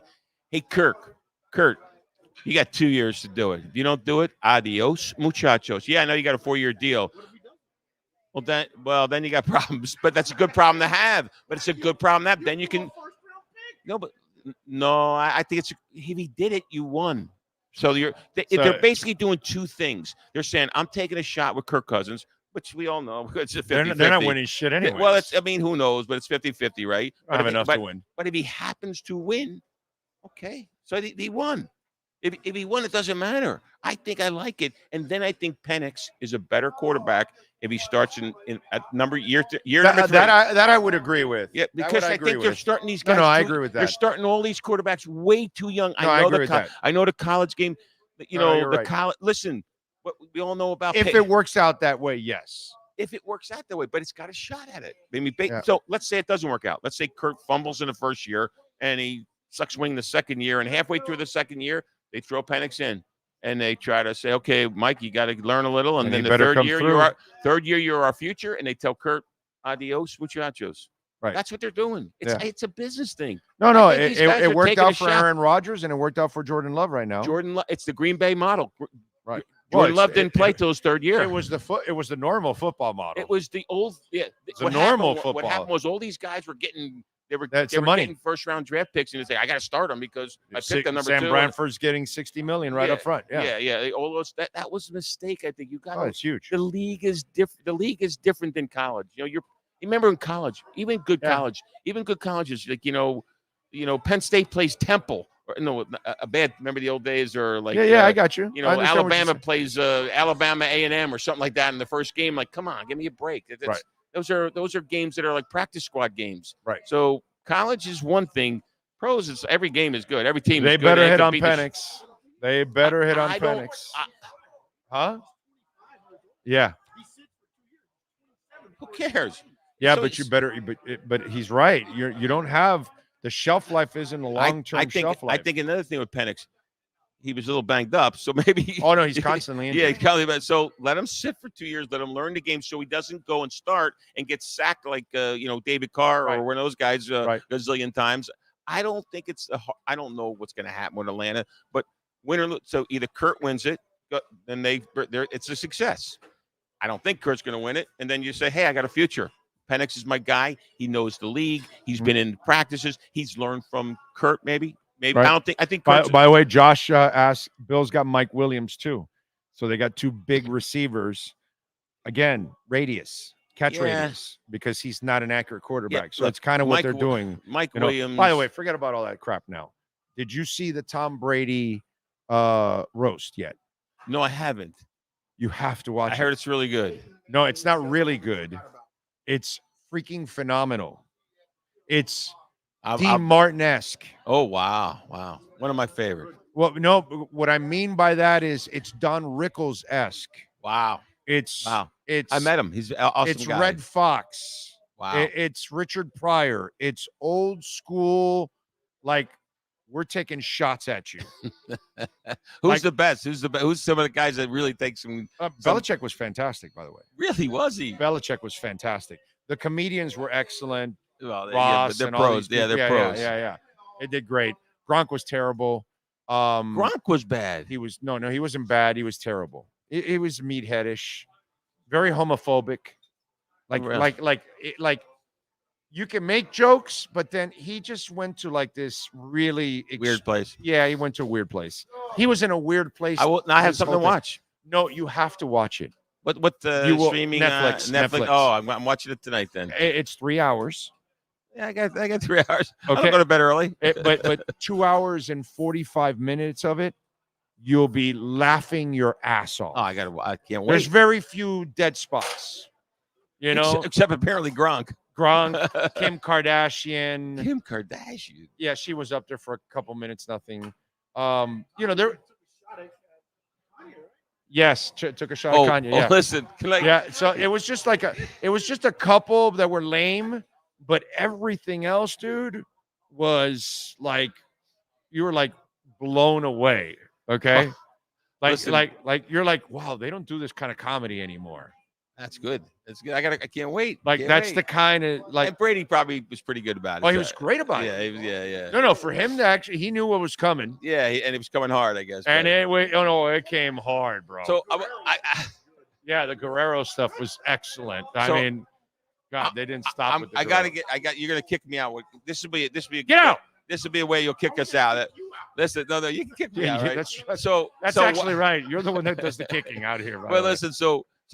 It's your show, not us. I guess no sports people have covered the real big story in New Jersey. The Giants picked up another quarterback. Tommy D's going to have to fight for a position there. God, who'd they get? This guy from the CFL, Narduzzi or Narduzzi, the former Cowboy. Yeah. Was it Narduzzi or? Well, no. It was a CFL. It was a CFL star, Canadian football star. And he's pretty good quarterback. Maybe it's not Narduzzi, but Tommy's got a little battle. Tommy D has a battle. I guess they don't pick that up here in Miami. No. Tommy D, Tommy DeVito, Tommy Cutlets. Not really. Not a big thing in Miami, no, right? No. But it's he was at his Nathan Rourke. That's it. CFL star. Yeah, Rourke. Narduzzi got cut by, I think, Rourke, yeah. Virginia kid? Did he go to Virginia? Rourke? I think that is Nathan Rourke. So listen, we got to follow up and just watch the Jersey Tommy Cutlets story. Just it's Ohio. Oh, okay. He's a Bobcat. All right. Here you go. He's a CFL superstar. What completion percentage? I disagree with you. I think completion percentage is extremely important. Now, the only thing I don't know about wider that field. They got a were wider they all short passes. Yeah, all short passes. They got a wider field. Yeah, they got a wider field. But still, no, I mean, it's good. It's a good. I still stat. give anybody. It's like the kid we got in the 5th round, the Kamara kid who had 30.5 sacks for Colorado State, Could be good. and he had 45.5 tackles for loss. Dude, I don't give a shit what level you're playing in. Yeah, that's aggressive. 30 sacks in your career and 45.5 tackles for losses. Colorado State plays decent. You're a football player. Now, let me see if you can do it at this level. But the Kamara kid from Colorado State is a football player. Look, they're good. Colorado State. I have my bad team. A good friend, my college roommate's brother, Jimmy Catullo, played, and Tony Catullo. He passed. They were twins. They played for Colorado State. Both defensive guys. Yeah. Well, 26 of 29 for 282, 3 touchdowns, had 3 carries for 78 yards. Then the next game he went 34 of 37. Oh, he's a gunner. He throws this. Whoa, it's CFL. Yeah, but Tommy CFL, Tommy Cutlass has got his. 488 yards. Tommy Cutlass has got his. It's just it'll be a challenge as always because he's making the challenge. I just want to give an update on Tommy D for some of those Miami guys that want to understand that the Jersey thing is alive and well. So I want your report next week on the roast. On the roast, I will. You'll probably send me a text tonight that you're laughing your ass off. I'm telling you, it's going to be great. All right, man. So, and then next time I see you, and over the next week's reports on Tommy D. Right. And that, by the way, where's he from? The 50 grand starts in June. June June 1st. June 1st. Earn entries. June 29th. Giving away winner take all. There you go. 50 grand. Uh-oh, what's going on? 50 grand. Well, Sean's your chance to buy a lot of Bitcoin right here. What happened? Yeah, but the Patriots. Yeah, but hold on. The Patriots don't know anything about quarterbacks. Yeah, they got Jacoby Brissett. Yeah, they're not. Jabroni Brissett. They're banking Actually, on Jacoby. Jabroni Brisket is what we call him. We call him Jabroni Brisket. He's eating a lot of brisket. Yeah, he's definitely a Jabroni at quarterback. That's for sure. All righty, man. Guys, be good. You got it. Take care. The great Steve Calabro coming through. Appreciate you, my brother. Thank you, thank you, thank you. Thank you, thank you, thank you. As always, Steve Calabro. Remember, you can make a donation, Cash App or Venmo at Cash Big O Show. That is Cash Big O Show, Cash App or Venmo. Birthdays today. Let's go with a little birthday action today. Oh, there we go. Billy Joel is 75 years old today. Pretty impressive. Beth Mead, soccer player. She is 29. What else? What else? Rosario Dawson. She is 45. Ghostface Killer, rapper. He is 54.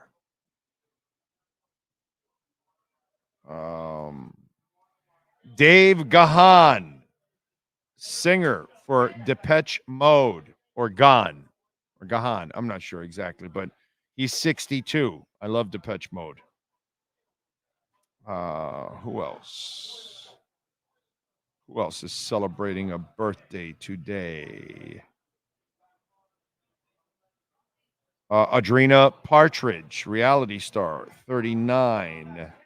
Amy Hill, movie actress, 71. Any wrestlers? Any wrestlers celebrating birthdays today? No? Let's go with a little music history today.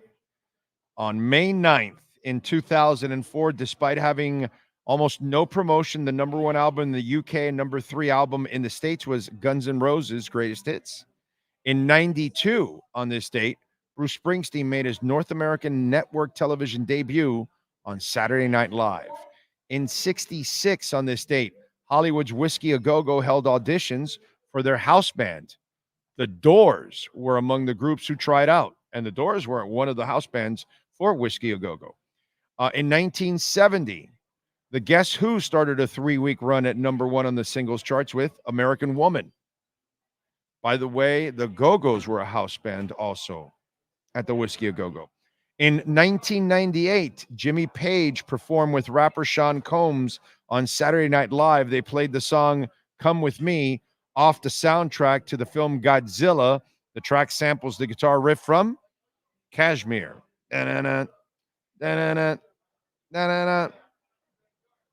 And that is what happened today in music history. Any wrestlers? Yes, one of my favorites. Bastion Booger. Pick it. All Nailed right. it. All right. Is he still with us at least? I have to check. I don't know. Is he still picking his boogers? Not 100%, but I did a picture before I lost the weight. Pretty close resemblance. Okay. We had no Powerball winner yesterday, folks. The Powerball jackpot will be worth an estimated $36 million. Nobody matched the 7, 41, 43, 44, 51, and Powerball number 5. Okay. So it was a $20 million drawing. Now it goes to $36 million. Yeah, he did. He passed away in 2010. Okay. All right. Shohei Ohtani's interpreter pleads guilty to federal charges. He is facing up to 33 years. So the ex-translator and best friend of Shohei Ohtani, Ippei Mizuhara, will plead guilty to multiple federal charges after admitting to taking nearly $17 million from the Dodgers superstar and now faces up to 3+ decades in prison. On Wednesday, the U.S. Justice Department announced that the 39-year-old Mizuhara would face the music after agreeing to plead guilty to 1 count of bank fraud and 1 count of filing a false tax return for the extensive multi-year fraud. The extent of the defendant's deception and theft is massive, said U.S. Attorney Martin Estrada. He took advantage of his position, the trust advantage of Mr. Otani, and fueled a dangerous gambling habit. My office is committing to vindicating victims throughout our community and ensuring the wrongdoers face justice. $17 million.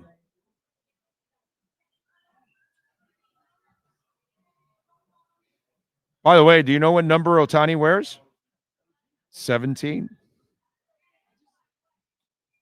I don't understand how you don't know somebody's spending. I mean, I get you got a ton of money, and maybe because I don't have a ton of money, but you tell me you don't know that this money is leaving your accounts?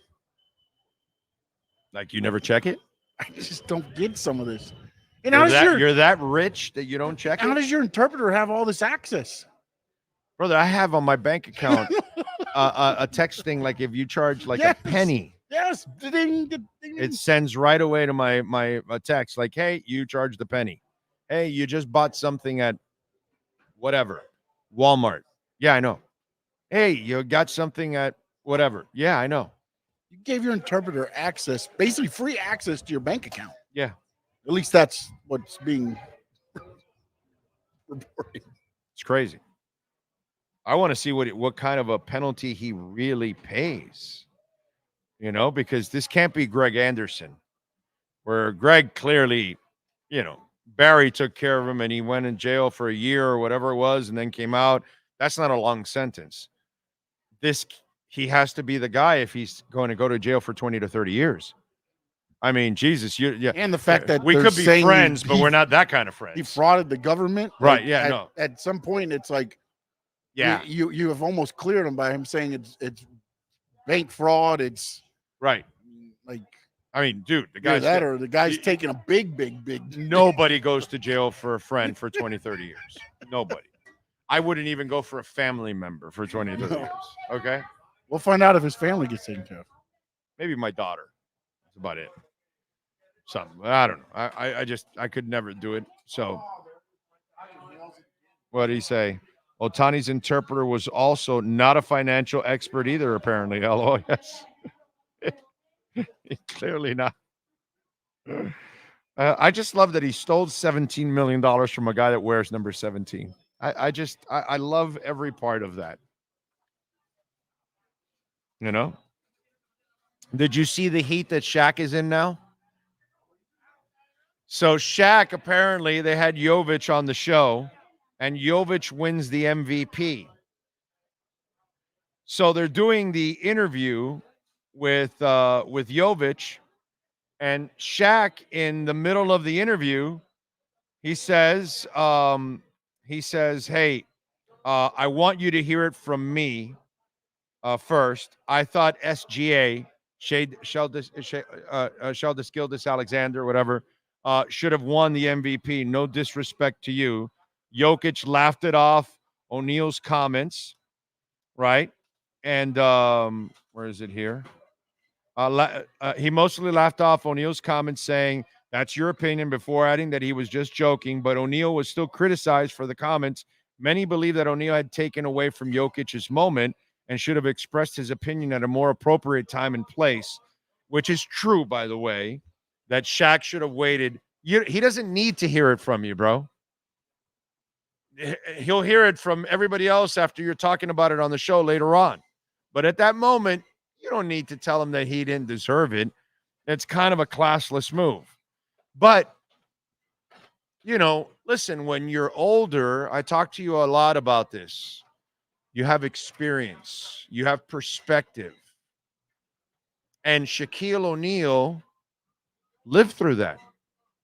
Because everybody said Steve Nash should have won the MVP, not Shaquille O'Neal. Youngins aren't going to remember that. They don't even know it happened.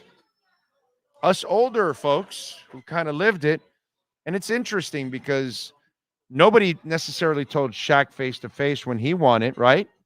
But it was a hot button topic for how long? Right? Oh, was it Nash won it and that Shaq should have won it, right? That's how it went? That's how it was, right? I think that's how it was, right? Was it like that? Is that how I said it? That Nash won it and that Shaq should have won it? Or that Shaq won it and Nash should have won it? So, no, it was the other way. I think it was Nash won it and Shaq should have won it. And so he was kind of involved in that controversy. If I remember correctly, that's how it went. Nash won it and people said Shaq should have won it. I think that's how it went. And the whole white thing came to, oh, well, no, it was a white guy that was performing amazing, so they gave it to the white guy. You know, which at that time you could argue it, go back and forth, but it's interesting how Shaq was involved in the same kind of controversy that he's starting.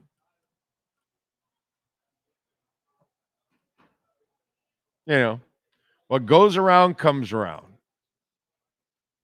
So now we'll see how, this whole, huh? Now, yeah, it's Jokic was said. It's been 3 or 4 years now. I think I'm kind of used to it. Yeah. So I didn't even pay attention anymore. Probably a good problem to have. Yeah. And then he goes on to say, to be honest, I liked last year when I didn't win it and we won a championship much better. Right. Exactly. Because those awards don't mean I want to go shit. bet on my horse.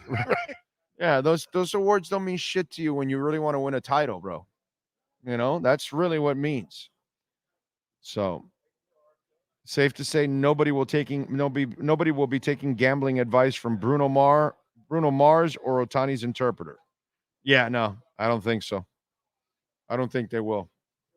That's a good assumption on your part right there. The other one that, again, with time and age and experience, it helps you in these situations.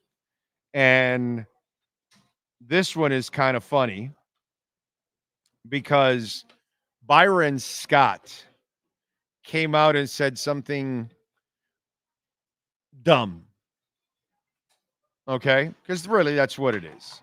So the former Laker player and head coach Byron Scott believes that LeBron James, an active roster member, should fill their vacant head coaching job since they just fired Frank Vogel, right?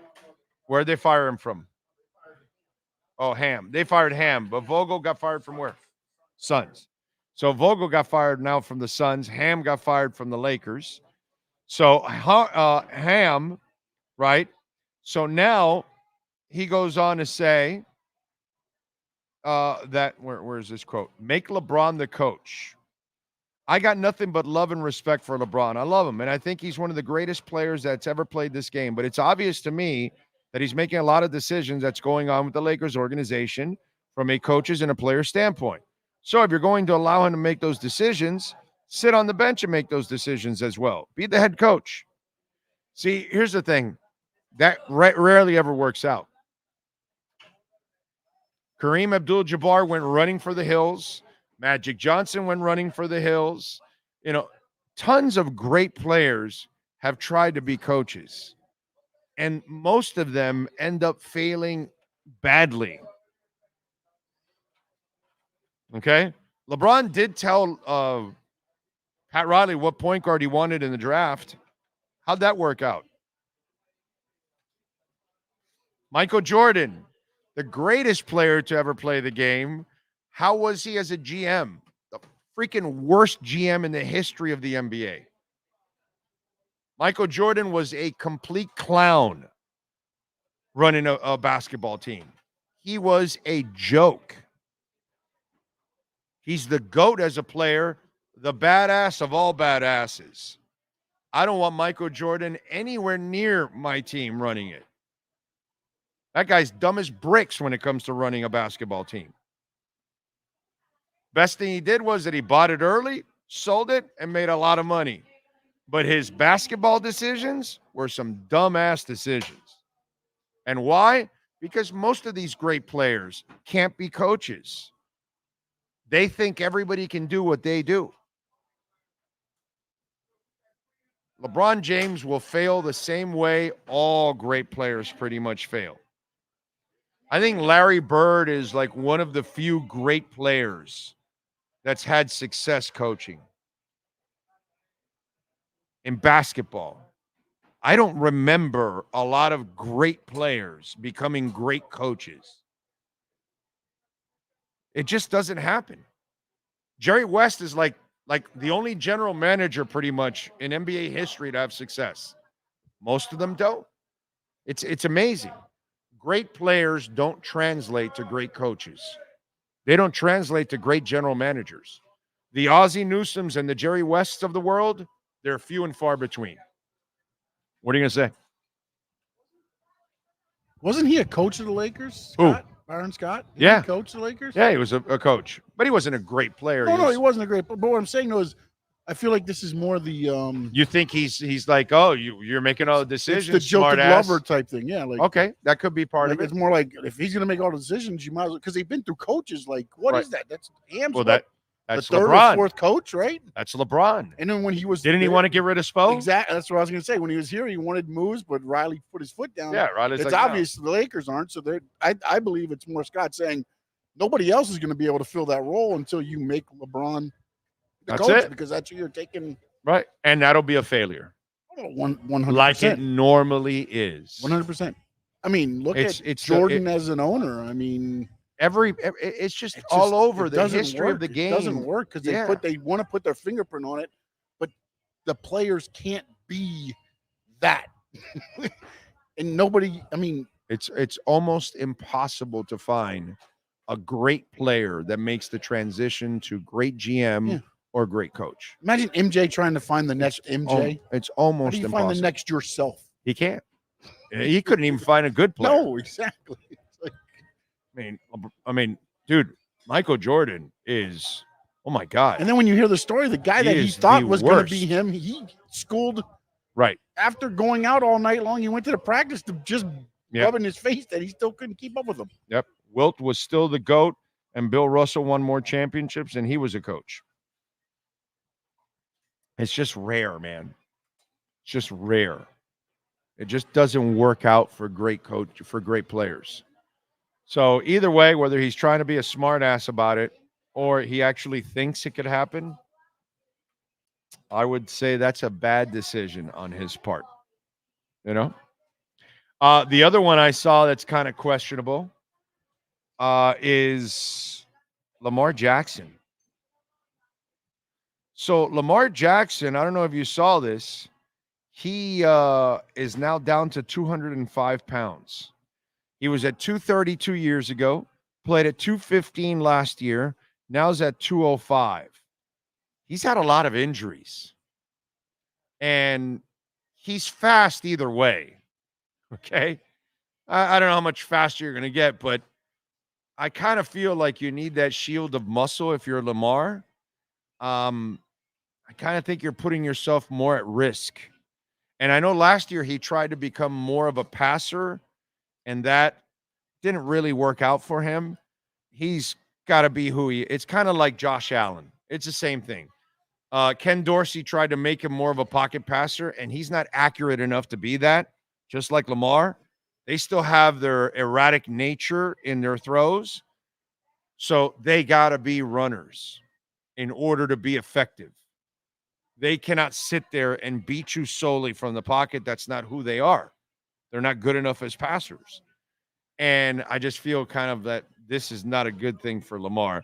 And I know that Lamar's in great shape, which is allowing us to add lean muscle on top of it, says their strength and conditioning coordinator, Scott Elliott, and all that kind of crap. And, of course, you're going to spin it. But I don't think it's conducive to his game, to be quite honest. We will see what happens with it, but I don't think it's a smart move by him losing weight. I really don't. 62,530 right now for Bitcoin. The only professional players who make good coaches seem to be forever catchers in MLB. Yes, some catchers, will become great managers. You are correct. Right, they were managing. That's exactly what he pointed out. Now, how many of them were really great players? Some of them were really good players. I don't know how many were great players. Okay? Great. There's only a couple of great catchers. You know what I mean? Now, there's a whole bunch of catchers that have become really good managers, and they were good players. Like the Dodger guy that went to the Angels. What's his name? Sosha. Became a good manager. Was a catcher. Wasn't a great catcher. It's a good catcher. So you got to be careful with that. Okay? You know, great catcher and great manager. Catcher, manager, yes. I don't know how many great catchers have become great managers because there's only a couple of great catchers. Mattingly's a first baseman. He was not a great man. I would not put Don Mattingly as a great manager. No. Big O, do you have a top 3 all-time favorite movies list? I can tell you Star Wars is there. I don't know, man. My top 3 of all time. God. I'd have to think about that. That would have to be something I need to really think about. Off the top of my head, Star Wars for sure will be one of the 3. That's my favorite movie of all time. So, yeah, that'll be there. Ozzie Guillen was a great player and won a World Series with the White Sox back in 2005. Yeah, but he wasn't a catcher. Molina from St. Louis was a great catcher, destined to be destined is one thing. It hasn't happened yet. You know what I mean? Hasn't happened. But really, it's not like there's not a lot of great catchers. And so there aren't a lot of great managers that were great catchers. Good catchers, yes, not great. That's kind of the tricky one of that. That's where it kind of gets in the gray area of all that. Anyway, we are out of here. We thank Steve Calabro, the Brunetti family, as always. Great supporters of our program for many, many, many years. And John Brunetti Jr., thank you, sir, as always. And we appreciate everybody out here. Second floor poker room, as always, making it nice and easy for us. Michael Golden, everybody out here, thank you. We will see all of you tomorrow morning, and we'll be live at Acura of Pembroke Pines at 10 a.m. You all be good out there. We'll see you tomorrow, same time, same place, same bat channel.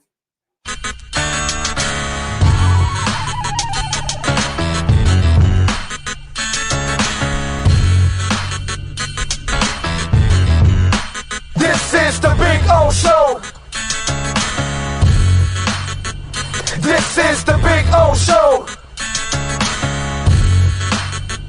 This is the Big O Show.